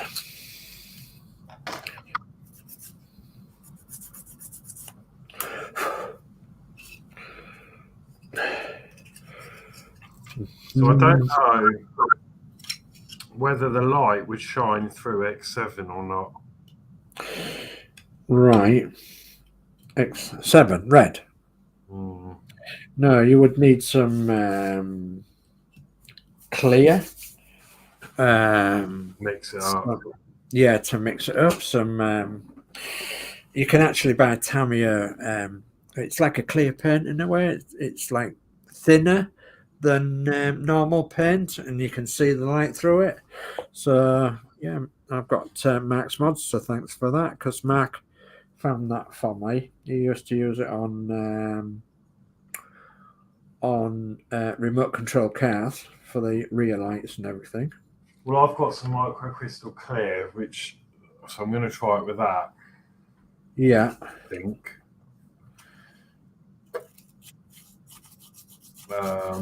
Just to use what I've got here. Yeah. Or the only other thing I could do, I don't know if it'll react.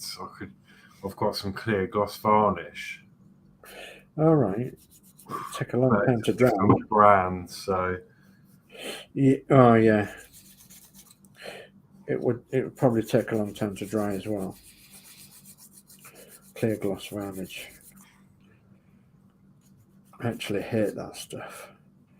Don't like it at all.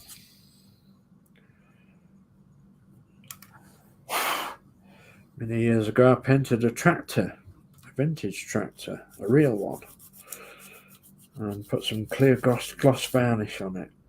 It looked absolutely stunning. It was fantastic, even though I do say so myself. And I bought it outside of the garage to dry off. It was a lovely day. And then, all of a sudden, there was a gust of wind. And in the wind was some Sahara sand. and it stuck to my paintwork on my beautifully restored 1941 tractor. And I cried because, goodness me, it ruined it. Absolutely ruined it.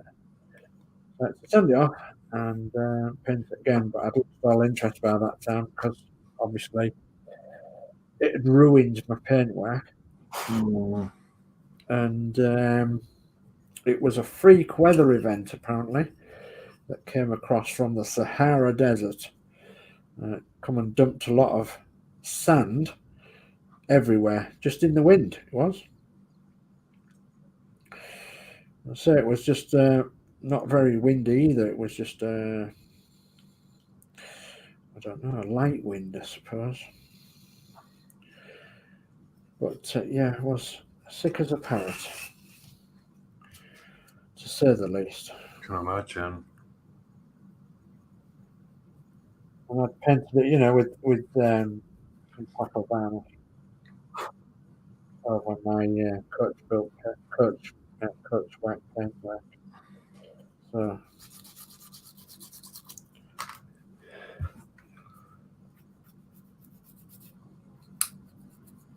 I think it's that edge.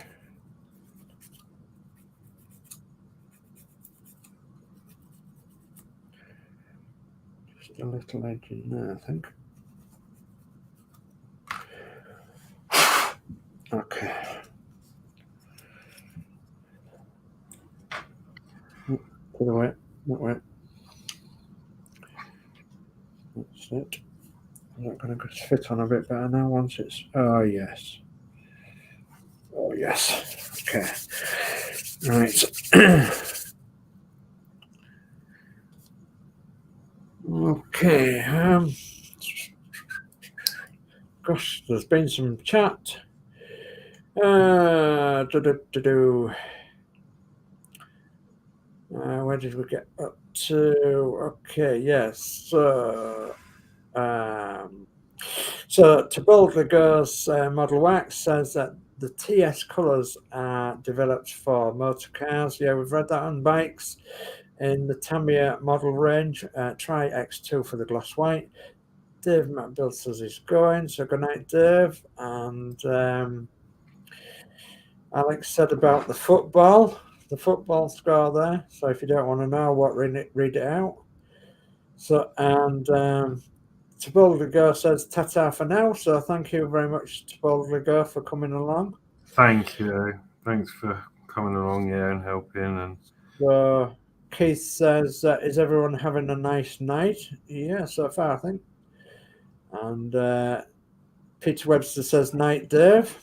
Okay. And Lee says, good stream.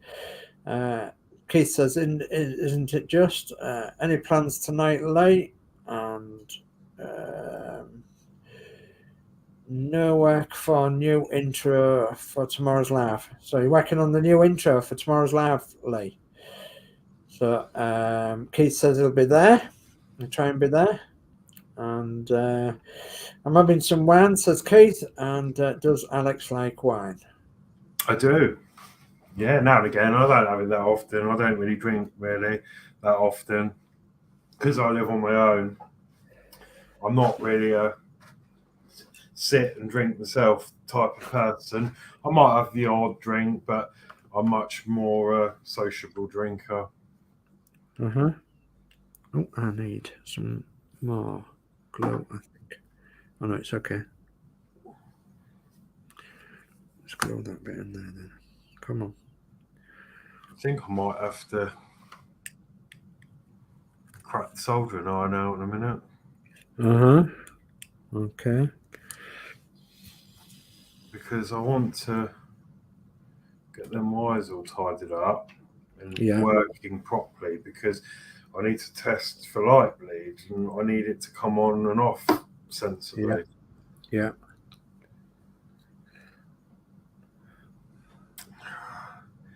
It's just so difficult the way I've done it. I have to solder it with the wires through there because I'd never get resistors through the holes. Yeah. I'm just getting this back wall of the cab on where the seats go into. Just gluing that up nicely. So hopefully that's stuck nicely. Yes, it has. Jolly, jolly good. Okay. Oh, cool. So yeah, what you're doing there, Dave, I'm going to try and get to probably on the next show. Yeah. Because obviously I'm preoccupied with these extra electronics. Yeah, of course. Yeah. Yeah, of course. So just give that a few minutes to dry, I think, before I can do anything else. I suppose I can send some more parts down. So, yeah, where they've come off the sprue. Yes, indeed.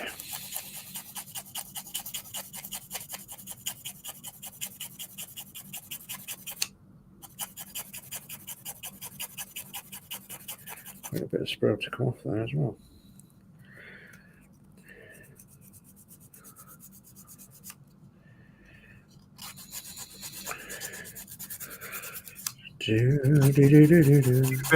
Well, I suppose you haven't thought that far ahead, but what colour is the number plate and the light supposed to be black on the surround, do you think? Yeah. Or do you think it would have been? It wouldn't have been colour matched to the body, would it? In those No. areas? No, it would have, in that era, it would have been black, a black surround. So, and the letters would, because I'm thinking, oh, no, because of the number plate decal, if it doesn't disintegrate, but then I realise it's going to be white lettering, so it should be okay. Yeah, it will be. Yeah, it will be. Yeah, generally speaking, the number plates around would have been black, and the letters would have been white actually, and there would have been like cast plastic letters, but I think they're doing Bakelite, but they have done them in aluminium as well in some builds. So yeah, they could in real life there would have been like plastic letters. So I know for Matilda, she's got. I've actually got her original number plates from one of its past owners, and there was the plastic ones, the separate plastic numbers on the aluminium background, and he actually bought the new number plates that's on it, which are aluminium ones, pressed aluminium. And as luck would have it, he, even though he's an owner years back, he actually kept the number plates, and then he very, very kindly sent them to me. So I've actually got the original number plates that was new on it in 1953. So yeah, I'm very honoured to have them. So I'm actually very, I think I'm on a pretty good breakthrough at the minute with Matilda, because the story is that she was with one family for 61 years. And of course, I'd like to know who that family was, what they did with it.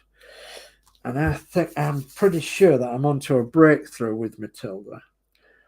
I found a photograph which was, well, somewhere between 1978 and 1982 on the net, on one of the groups that I belong to. And I'm convinced it's Matilda. And the reason I'm convinced it's Matilda is because Matilda has got certain features that not all Morris Miners have. It was obviously personalised to the people who bought her in the first place. And then some of them features are actually on this photograph. And this car that I found is actually at a rally, the London to Brighton rally in Battersea Park. And it's getting done up into, well, it's getting like dressed up, if you like, with decorations and what have you, which they used to do in them days. You know, they used to, if somebody had an old car, they'd maybe put some Christmas tree decorations on it, and make it look a bit fancy and make it look a bit fun. And people used to do that in them days to vintage cars. And so I found this picture, and I'm almost there. I'm almost convinced that it is Matilda in the picture.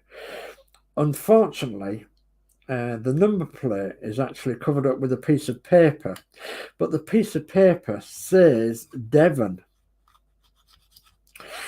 Now, this is going to sound really weird, but Matilda was actually new in Exeter in Devon, and it sold to the family that had it for 61 years in Exeter. And so Exeter is in Devon, so was it some contingent of the Devon Classic Car Club that was getting involved with Morris Minors on the day of the London to Brighton run, and there was dressing the car up in Battersea Park with all decorations, etc. That is a possibility. But as I say, she has some distinguishing features which are on this photograph, which make me 90% positive, at least, that is Matilda in the photograph. So I'm onto a massive breakthrough, which is absolutely fantastic. I can't tell you how pleased I am. I just need somebody to say, yes, that was actually Matilda that went on that. And all I've got to do is find the right place to find the entries, to find the entries of that particular rally at that particular year. And I can search through the rally entries, or someone that knows the rally entries, and hopefully I'll come up with a registration number, and then I can prove 100% that it is Matilda that's on that photograph. And that's going to mean such a lot to me. So, sorry for rambling on. No, I know what you mean. Like, it would be nice to, find out. Yeah. Just for sure. Like, and I guess it's good that you're 90% sure, but it's just that final confirmation, isn't it? Like, yeah, just that final little bit. So we've got Lindsay's Builds with us tonight. It says, hello, guys. Hello, Lindsay. Hello. Thanks for joining us, Lindsay. Yeah, we're taking your really good advice on board, and we're test fitting things. And Alex has done a dummy build up tonight of this wrecker wagon, and it looks absolutely superb. So I'm just prepping some seats for the scuttle. I've just replied to Lee. Okay. I'm sorry. Yeah, I know you messaged me yesterday, didn't you? But it was in my hidden folder as a new request, so I couldn't. So I've just responded to you. Okay.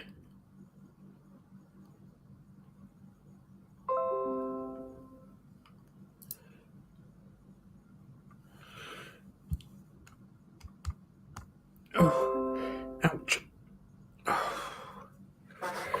Excuse that. I'm just sending myself. That's all right. That's all right. I'm just, excuse me, and my legs absolutely. Oh. So yeah, we've done just a little bit. I did a little bit of a mock-up build, so I'll share. Lindsay, because you missed. Yeah. You weren't here when we did. So this is, I sort of like whacked it together best I could. Yeah. And then we did another one, and I managed to get the door and the sides on. Yeah. So yeah, it's coming out really nice. For a second model kit, that I've done. Yeah. Now, unfortunately, the logo on the bonnet's gone. I don't know where. It went on okay, and then I let it dry, and it's been drying for 3 or 4 days before I picked this up. And I come to look at it, and it had gone. So I don't know where that's. It obviously didn't adhere properly. And then I went to do the Bedford on here, and it's just it disintegrated in the water. It just completely disintegrated into bits. Like all the paint came off, and it just flaked off and went everywhere. So it's got no Bedford on there either. But oh, don't it's okay. But that's all lit up. That's with the wiring in, and that's with the back just pushed on. So yeah, that's how it's looking at the moment. Yeah, it's looking fantastic. It really is. So it's not perfect by any stretch of the imagination, but I think it's a lot better than mine. And that's obviously the interior end, so this is sitting a bit lower than it should, but yeah, rough idea. So yeah, where I'm at now is I've just painted the surrounds for the lights. I'm just waiting for that to dry, which I think I've done pretty much all my cab, but I'm sort of thinking that I might give it another coat, but I don't want to spoil the ship for an ha'porth worth of tar, if you know what I mean. So it's a little bit thin there, and but yeah, it's not bad, I suppose, for an amateur, but with a rattle can. But yeah, and then I've got this to give another coat to. Definitely needs another coat. It's a little bit dark just under the line there. It's got a couple of runs on the back here, so they've got to be sanded off. This side, it needs definitely more on, because you can see that it's dark down here and dark under there. And then the back's going to be silver on the tread here. That's going to be silver, and then the interior walls they want another coat as well. So I'm nearly there with that. Nearly there indeed. I decided I'm going to do all the underneath in matte black or something. So there's no need to do that any other colour really. So I'm going to do that matte black of the underside. And I'm just on with I've got the wings done, but they're not glued on. They're just sat there. Got the wheels on tonight, same as Alex has. Yeah, and I'm just on with the cab scuttle, so trying to build up as much as what I dare before I start hand painting, putting some hand painted detail in there, seeing what I can get away with, and building the scuttle up. So obviously the scuttle will go something similar to that on there, and that'll build all the front end of the scuttle up, and then the seats will pop in there. So I think I'm going to actually leave it about here somewhere now, because I can build the seats up and then I can paint them individually and then pop them in, but I would much rather have a lot more space in here, so I can paint inside here, hand paint inside here, put some details in, and then put like the gear stick in and what have you, and the box that we have to drill the hole for, etc. So I don't want to take it too far where I have to work too much around things. So, and we've been on since 7 o'clock time, so we've had a good stream really. Yeah, we've had a good stream. We've had a lot of people popping in and popping out, which is really good. And while you're on, Lindsay, I mean, your stills you did, your photographs, well, absolutely fantastic. I loved them. I loved looking through the photographs. And if we can get these models half as good as what yours was, then we'll be happy, because your your still photographs of your models are absolutely fantastic. Love the one on your workbench, your warship on the workbench there. That's beautiful, is that one? And I love all the Bedford ones. I'm a Bedford fan anyway. I love all the Bedford pieces done. And there was one, I think, was it a Merc record truck? Record truck or something in red. That was absolutely fantastic. What scale was that, Lindsay?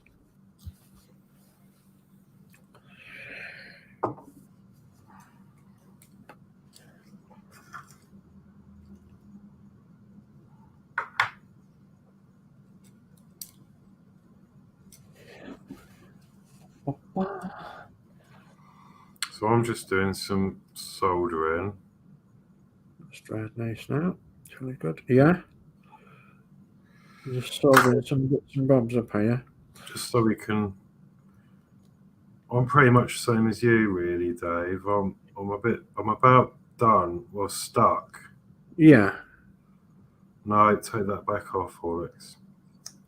I'm about stuck until things dry, and I just want to get the soldering done. Then we can end on seeing this sort of lit up.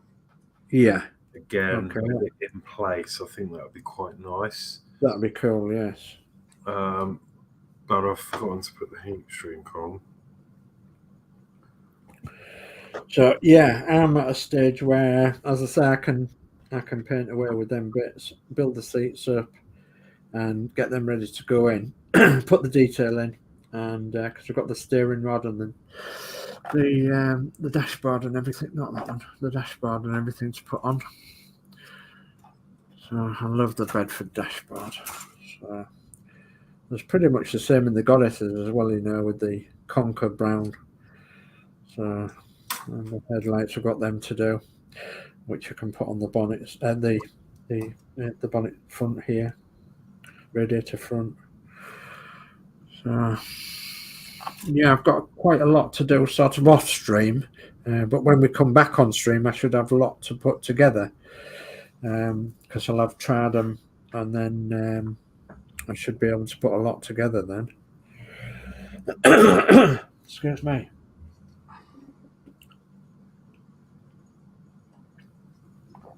Right, Lindsay, that would be the Opal Blitz in 1/24 scale.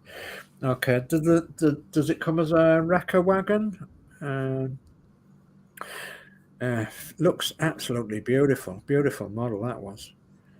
So yeah, the Opal Blitz. Yeah, that's right. Yeah, so that's in 1/24 as well. So that would go ideally with these then, wouldn't it? Yeah, it certainly would. Yeah, because I was thinking of motorizing the crane on the back of this, and then programming in the crane to go up and down slowly, like it was lifting. And then I was thinking, I could get another model kit the same scale that would be in that era, that it can be picking up and dropping back down. So the front end will come up and down of this, just like a little scene. Yeah. But I haven't decided yet.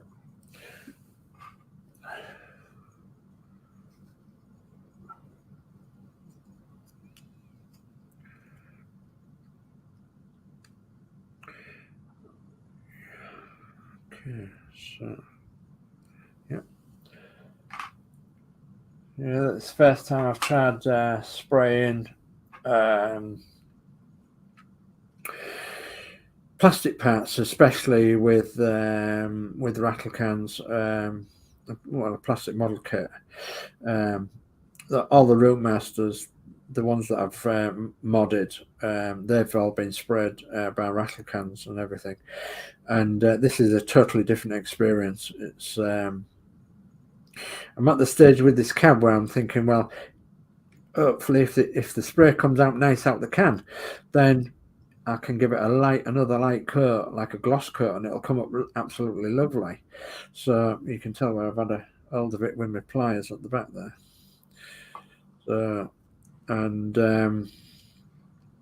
So yeah, I'm very tempted to just give it another light coat, but yeah, I'm quite happy with the way it's coming up.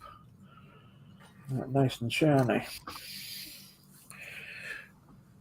and the wings don't look too bad. Right. Okay. So there's our answer then, Horlicks. Lindsay says that the wrecker parts are from the Bedford with a scratch-built rear bed. The kit originally was a drop side. Right.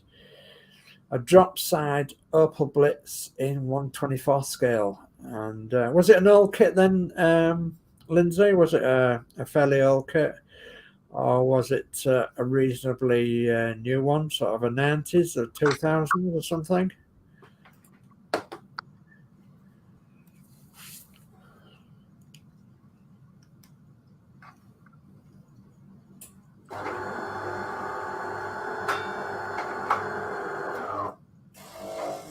What? That's your coffee machine, Alex? Yeah, coffee, anyone?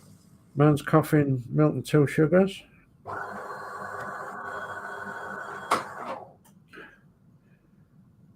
It might be better than this orange I'm drinking tonight. Well, it isn't orange. It's yeah. Is it raspberry and blackberry or something? I don't know.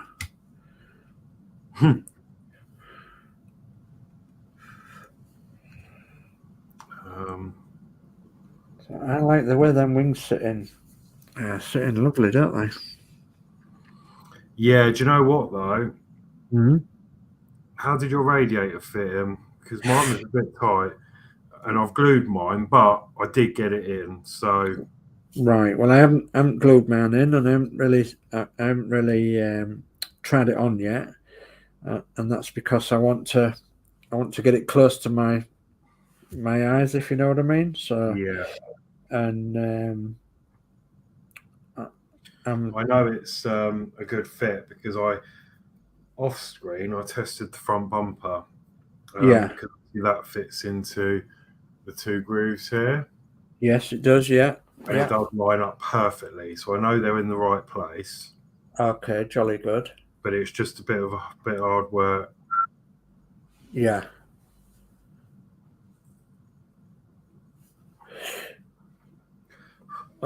Okay, so there's our answer on there. Then Horlicks, it's out of a production Italieri, late 90s. Oh wow, so they could still be around then.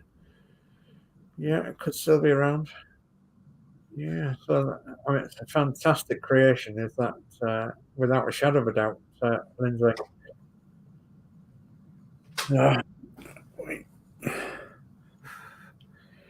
Fantastic. Let's take them on off a second. Come on off. There we go. Come on. See if I can manipulate this to go on there. See, right, it goes into a slot, which is handy to know. That'll go up to the rad there. So yeah. So the top hose then goes into a hole in the rad, Alex. Yes. Yeah. Mine fits perfectly. Yeah, it looks like this will do as well. Just yeah, it looks like this will do as well. I'll have to try it with a very, very small amount of glue, and then try the wings and see how it goes. But yeah, it looks like it would definitely be spot on, which is obviously, you know, the main part of a Bedford is its bonnet front. It's the main thing we all see and love. We saw and loved. Depending on what age you are, of course.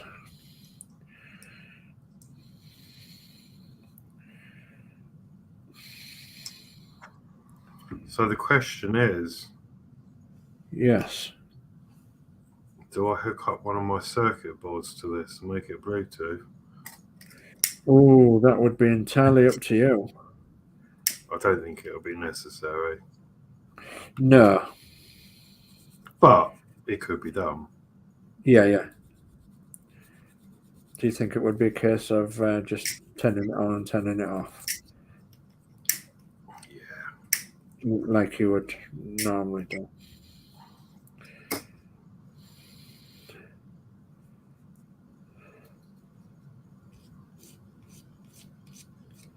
So we'll have to obviously get together sometime, Lindsay, and Horlick said he'd be willing to help you to trial out the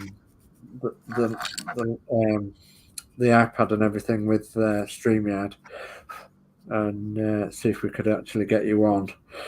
Yes. Sorry, that's a good point. Thanks for reminding.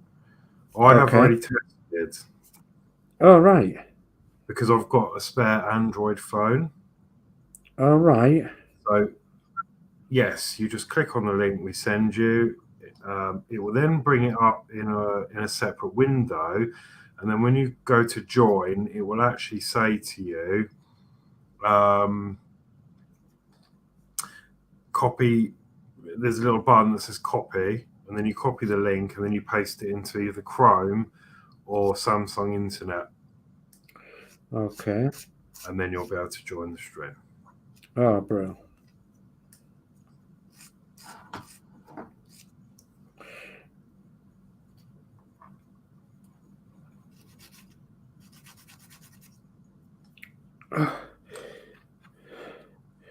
I'm suffering tonight with this down leg. Blimey.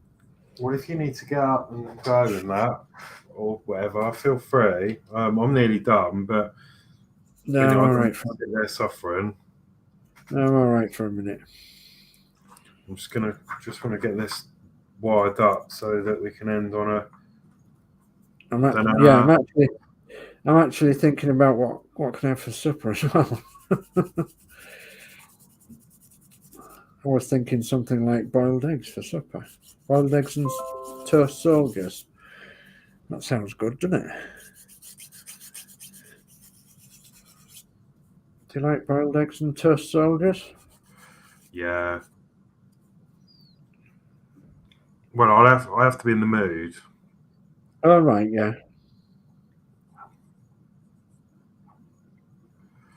Yeah, I've not had anything yet. I was going to cook something before the stream, and someone else got to the oven before me. Oh, right. Okay. Because I can share the oven, but they had a ridiculously low temperature. Oh, right. Whatever they were doing. So I was like, well, I can't really put the stuff in there. It'll take 3 hours. Yeah. What am I doing? Look, I'm using my vape as the solder. Yeah, all right. All right. Okay. Trying to tidy up some wires because. Oh, ow. Blimey. Right, so this is going to be now the moment of truth, I think. Oh. So I've got this little connector I'm using. Okay.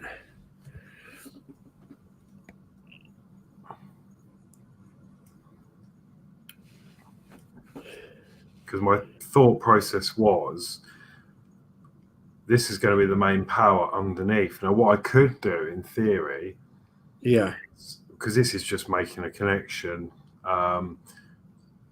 in the same. This is making a connection now, but this is just smarting it up. But what I thought could do, if I do end up putting motors or a flashing beacon on, if I measure the distance between these two pins and drill the holes through the cab at the back, these can protrude through where the toolbox is, inside the toolbox. And then I could get some connectors, which I've got. And then that's my power source above, so the wire, you can't see any wiring. Yeah, no, that's great. That's fantastic. So, okay, let me go back to the chat a little bit now. So, all right. Gillian says, looking really good. Big thumbs up. Thank you, Gillian. And Keith says, yes, I keep coming in and out. You both are getting plenty done. Thank you, Keith. So, and Gillian says, looking really good. Big thumbs up. So, Lee says, one intro done. Well, happy, jolly good. Well done, sir. And Lee says, I can come on the show as well. Yes, you can at some point, Lee. Yes, you certainly can. So Lindsay says that will be cool. And then Lindsay says, okay, guys, going to say good night, goodbye. And until next time, thank you, Lindsay, for popping in. Very much appreciated. And I'm just going to say goodbye till next time. And then Marvel Pix has joined us. So hello and good evening all. So good evening, Todd. Hello, thanks Todd. for joining. So we're nearly coming to the end of what we're doing tonight. So we've built various bits and pieces, and earlier Harlex made like a mock-up of the cab and everything, and how it would look when it's put together. And I think the picture will go on the site, the website, and everything, and Hobbytown Modelers if you want. And yeah, we've given you guys a good plug at Hobbytown Modelers about these streams and everything. So, and yeah, I'm whittling on behind, I suppose, a little bit, and I've got certainly the first coat on the back here, which isn't bad for a rattle can job, I suppose. But and then this is going to be aluminium checker plate all in here. Oops, didn't realise I've gone off shot. Sorry. Yeah, I thought I'd show the pictures when we were talking. Yeah. No, that's good. Yeah, brilliant. Absolutely fantastic, aren't they?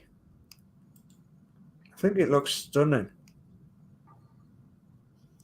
That was just the mock-up. So yeah.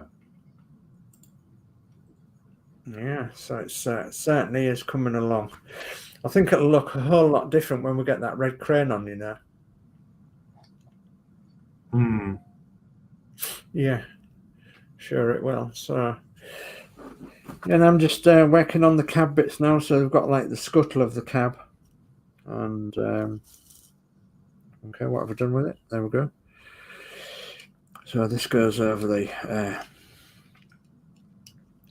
We'll get this right in a second. Goes over there, and of course that's the scuttle. So obviously the driver will sit here and the passenger there, and this goes inside the cab, and the engine comes halfway into the cab. The gear stick could go down there, and then obviously the engine just poking in there.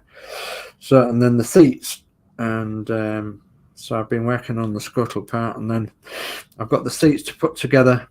But I will do this on another stream, and then I'll hand paint the details that's going into the cab separately as well, because there's going to be some browns and creams and what have you going in there. And yeah, I've got the bonnet done, the wings, the bonnet top, and several other bits and pieces. So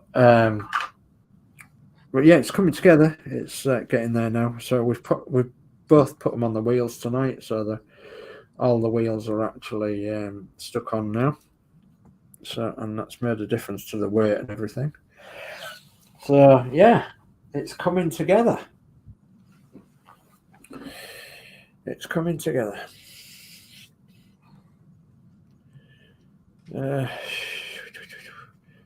Come on, stop sticking. Sorry, fine. Where's the? Come on. So Todd says I could join, and I would be distracting writing Titanic build pages. No, you wouldn't be distracting at all, Todd. So and that's, you know, that's obviously not tonight, but that's in our main MCCUK, the new channel that we set up. which was the old Northern Model Builders.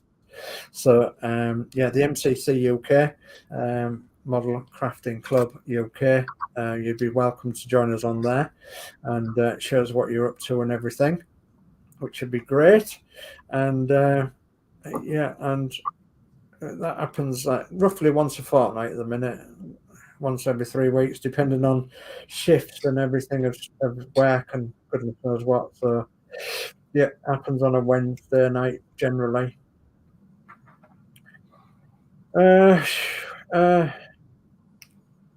Keith says it's going to look so cool. Yeah, thank you, Keith. And I thought Lee said he was joining Misunderstood. Not tonight, but yeah, there will be a chance for him to join the MCCUK.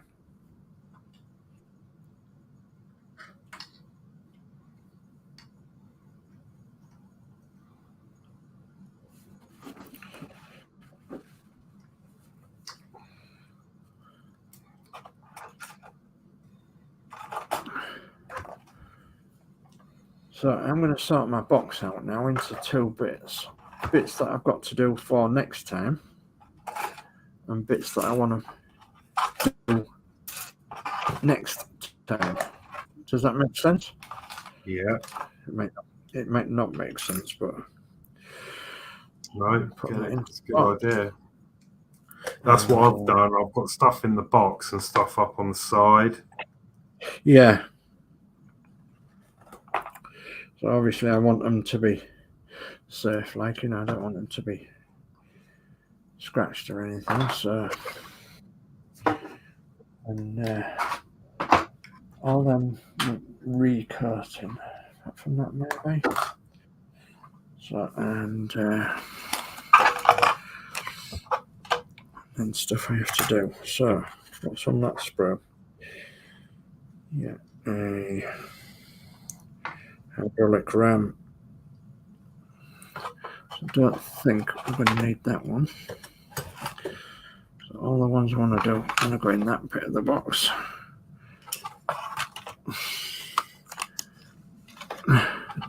Right then. I think. Okay, I'll with you in a second. I'm now at a point. On there. Where we can test this properly, and you can see what's going on and whether the light bleed has repaired itself with the paint. Okay, that'll be good. So I'll put you full screen. There you go. Obviously, this is all very fragile still, but yeah.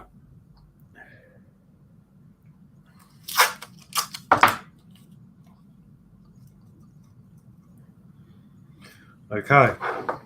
Yeah.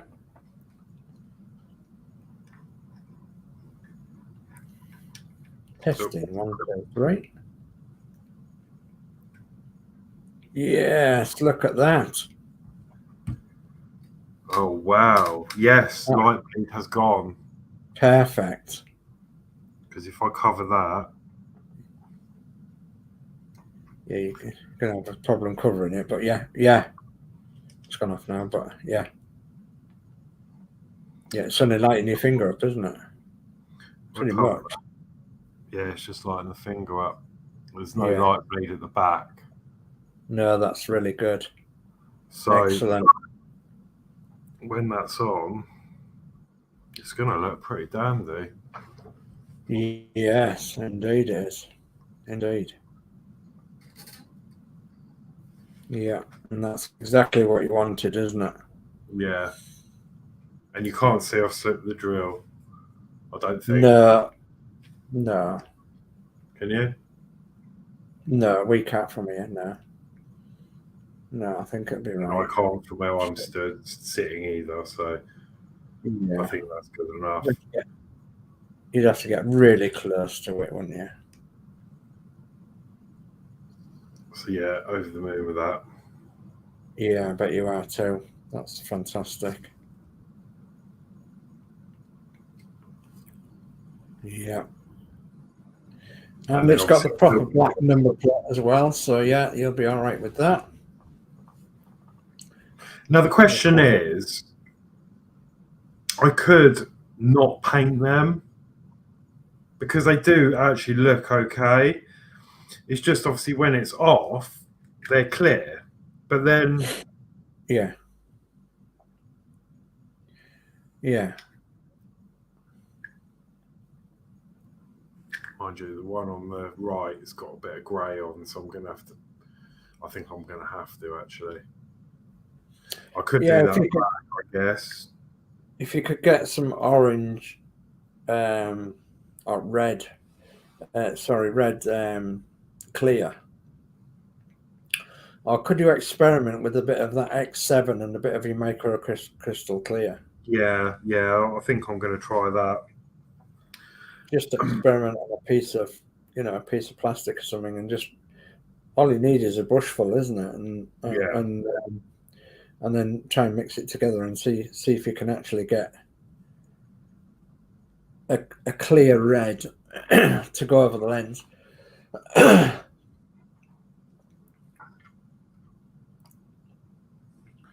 no, super. Yeah, that's fantastic. Absolutely brilliant. So lots of praise in the chat. So Geordie Dave says hi again. Hi again, Geordie Dave. And Geordie Dave says, as Dave says, if you want to come on or post any pictures into the MCCUK, you can email us at the MCCUK, and the email address should be in the description of this video. And Anfield Road layout in the loft. Lee says it looks cool. And thank you. He also says it looks cool. Good job. Yeah, absolutely a good job. Absolutely, sir. Okay, yeah, then. To have my back sorted out by the time I come back next time.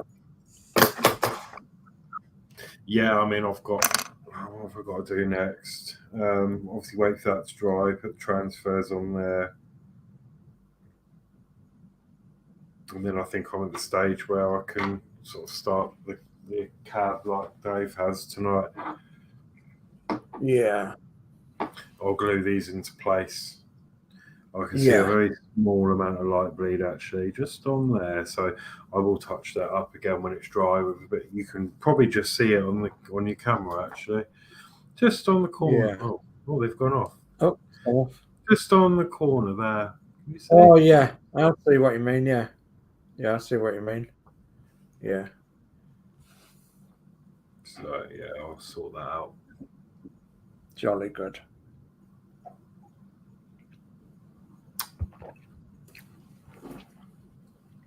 Wow. Fantastic job.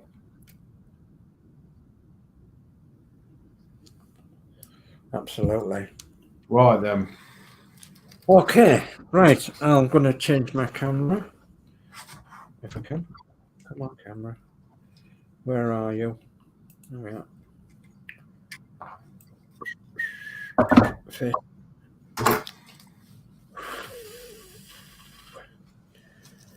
Okay, so hope you've enjoyed that, everybody, and yeah, it's been an update, pretty much an update on this Bedford wagon, the Wicker wagon, and yeah, progress is happening, and we're getting closer and closer now to sorting it out and making it into a superb model. And yeah, probably next week when we do another one. So probably next Saturday night, even, depending on how we feel and everything. So yeah, watch out for it on the channels as normal, and hopefully you can spot it. And if you want to follow the progress, you can do so that, or you can join the MCCUK and join the progress on there as well. Because no doubt there'll be some pictures on that Harlex will put on for you. Yeah, I will do. I'll post up some stuff on that. Yeah, for sure. So it's a shame about some of them decals, but things Yes. happen. And I mean, obviously, I've done quite a few of the others already, and I've never had a problem. So I didn't expect it to do that. No, not So at all. No. I'm more inclined to think there was a issue with the actual that decal, That decal itself, yeah. rather than what I've done, because it wasn't in long at all. No. I mean, some of these I left in for ages, especially one of the yellow ones that wouldn't let go on one spot. It was in there for at least 5 minutes, and it was actually fine. And once it did let go, I could still get it on as normal. So that's why that doesn't make any sense to me. It's literally decorated. It does happen. It does happen, and it depends on quite a few things, really. That's the remainder. Still in there. Hang on. So literally. Oh yeah, That's it's what just disintegrated, as you said, doesn't it? Yeah, you can spend all night now picking up all them letters up and making them into letters. Oh no, that's written underneath. It's a decal fix on the other underside. Yeah, no, you're all right. But no, I know what you mean. Inside, yeah, I can just about see. Like you can see where it would have said. Well, you can't, but it did say. No. It's disintegrated, as you were saying, into nothing, hasn't it? Mm. But you win some, you lose some, and I lost one. Yeah, never mind. Two. Sure you'll be able to sort it somehow. The thing is, I can't find anywhere to contact because I can't find a contact number for this company to ask them. I've searched, and it just brings up model shops that sell this kit rather than the actual contact in the manufacturer or whoever prints these. So, I think one of our guys on tonight said that it was, it was Bachmann that made the kits. Yes, that's the website that's in the manual. But when I went to the website, it says error 404. Ah, right. Yeah, bachmanneurope.co.uk. Yeah.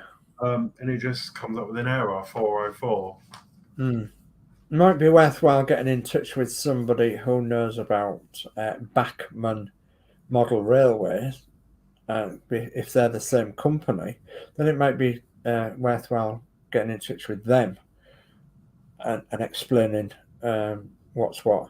You know, maybe somebody like Lee or somebody who's into model railway can get a Bachmann contact number or a contact email address that actually works, and we could then contact them that way through the model railway community. Yeah, because I know that Bachmann do a lot of model railway.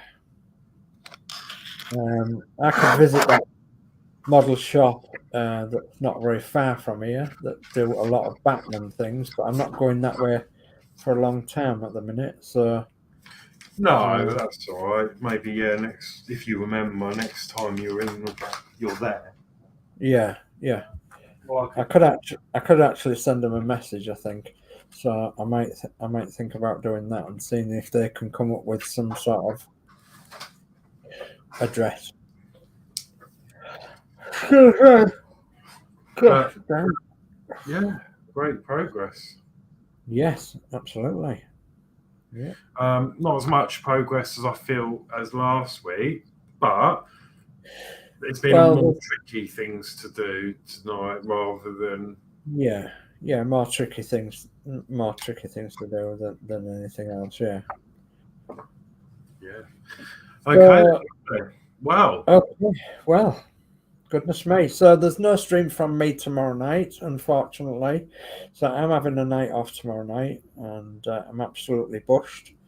So I'm really, really tired, and so I'm going to have a night off, and but tomorrow at 5 o'clock it'll be Anfield Road layout in the loft at 5 p.m. UK time. So he will be going live tomorrow, and then for the next one for our little community will be Monday evening at 7 p.m. It'll be the Disney Dolls house with Yorkshire Crafter and Crafty Chris. Okay. Yeah, Geordie Dave put that model in, Alex. Yeah, that's You win some and you lose some, don't you? Yeah. Yeah. So. And I don't think it really takes from it, to be honest. I mean, looking at my picture again, I mean, let's bring it up one more time. Can you really tell that it's supposed to have something on the front? No, well, no. I suppose if you really know them. Well, yeah, I mean, I really know them because obviously I've had a couple of Bedfords in the past, but yeah. But having said that, it doesn't take it away from the model, Alex. It really doesn't. It really doesn't. So, I mean, you can see where it should have gone. Yeah.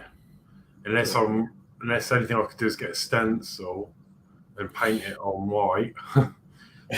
Yeah. Or maybe chrome it across, with a chrome pen, and just, mark it as though it was there, but it's fell off. Yeah. Which is actually it happened because the Bedford logo that was on the centre there that fell off, and the Bedford in script on the writing that actually did get vandalised, and people used to pinch them all over the place. So it happened in real life. Yeah. So unfortunately, but yeah, it did happen in real life. Right. Whew, I'm pooped. I'm absolutely shattered. So yeah. Okay, let's wind up then. So, yeah, there's not really a lot to say, but thank you all for watching. Thank you all for being here and hanging out with us tonight. Yeah, it's been a cool stream, and we've enjoyed your company. Hopefully you've enjoyed ours, and hopefully we'll be doing this again before you know it. Yeah, no, I'm really thoroughly enjoying this, and I keep thinking, oh, it's nearly done, but actually it's not, because there is a lot more to do. When there's all the interior and the seats and and that's all fiddly work. So yeah, I think it's good that we've got a bit of everything to do, really. We've got some fiddly work, we've got some plain work, we've got some work that's quite easy, we've got and it's the same with the painting, really. I suppose we've got some easy painting, some some hand painting, and some spray painting, so a bit of everything. And then as you say about the decals as well, the transfers, so they're quite challenging. So, and the individuality of them both as well, which will be apparent when they're both finished. So yeah, I think it's going to be good. Lovely. Okay, well, I'm going to say my good nights now. I'm going to say good night from me. Thank you ever so much for watching us, and don't forget, as I said, Anfield Road layout in the loft at 5 p.m. UK time tomorrow evening. Hobbytown Modelers will be going live probably Sunday evening and Monday evening, and then we've got the ladies that do the Disney Dolls house 7 p.m. on Monday evening UK time. So yeah, it's a good night for me. Take care, and we'll see you again sometime in the near future. Yeah, and everything Dave said. So thank you for watching, and yeah, have a good evening, have a good weekend, have a good day tomorrow, whatever you're up to, and I will see you next week at some point. So yeah, good night. Good night, everyone.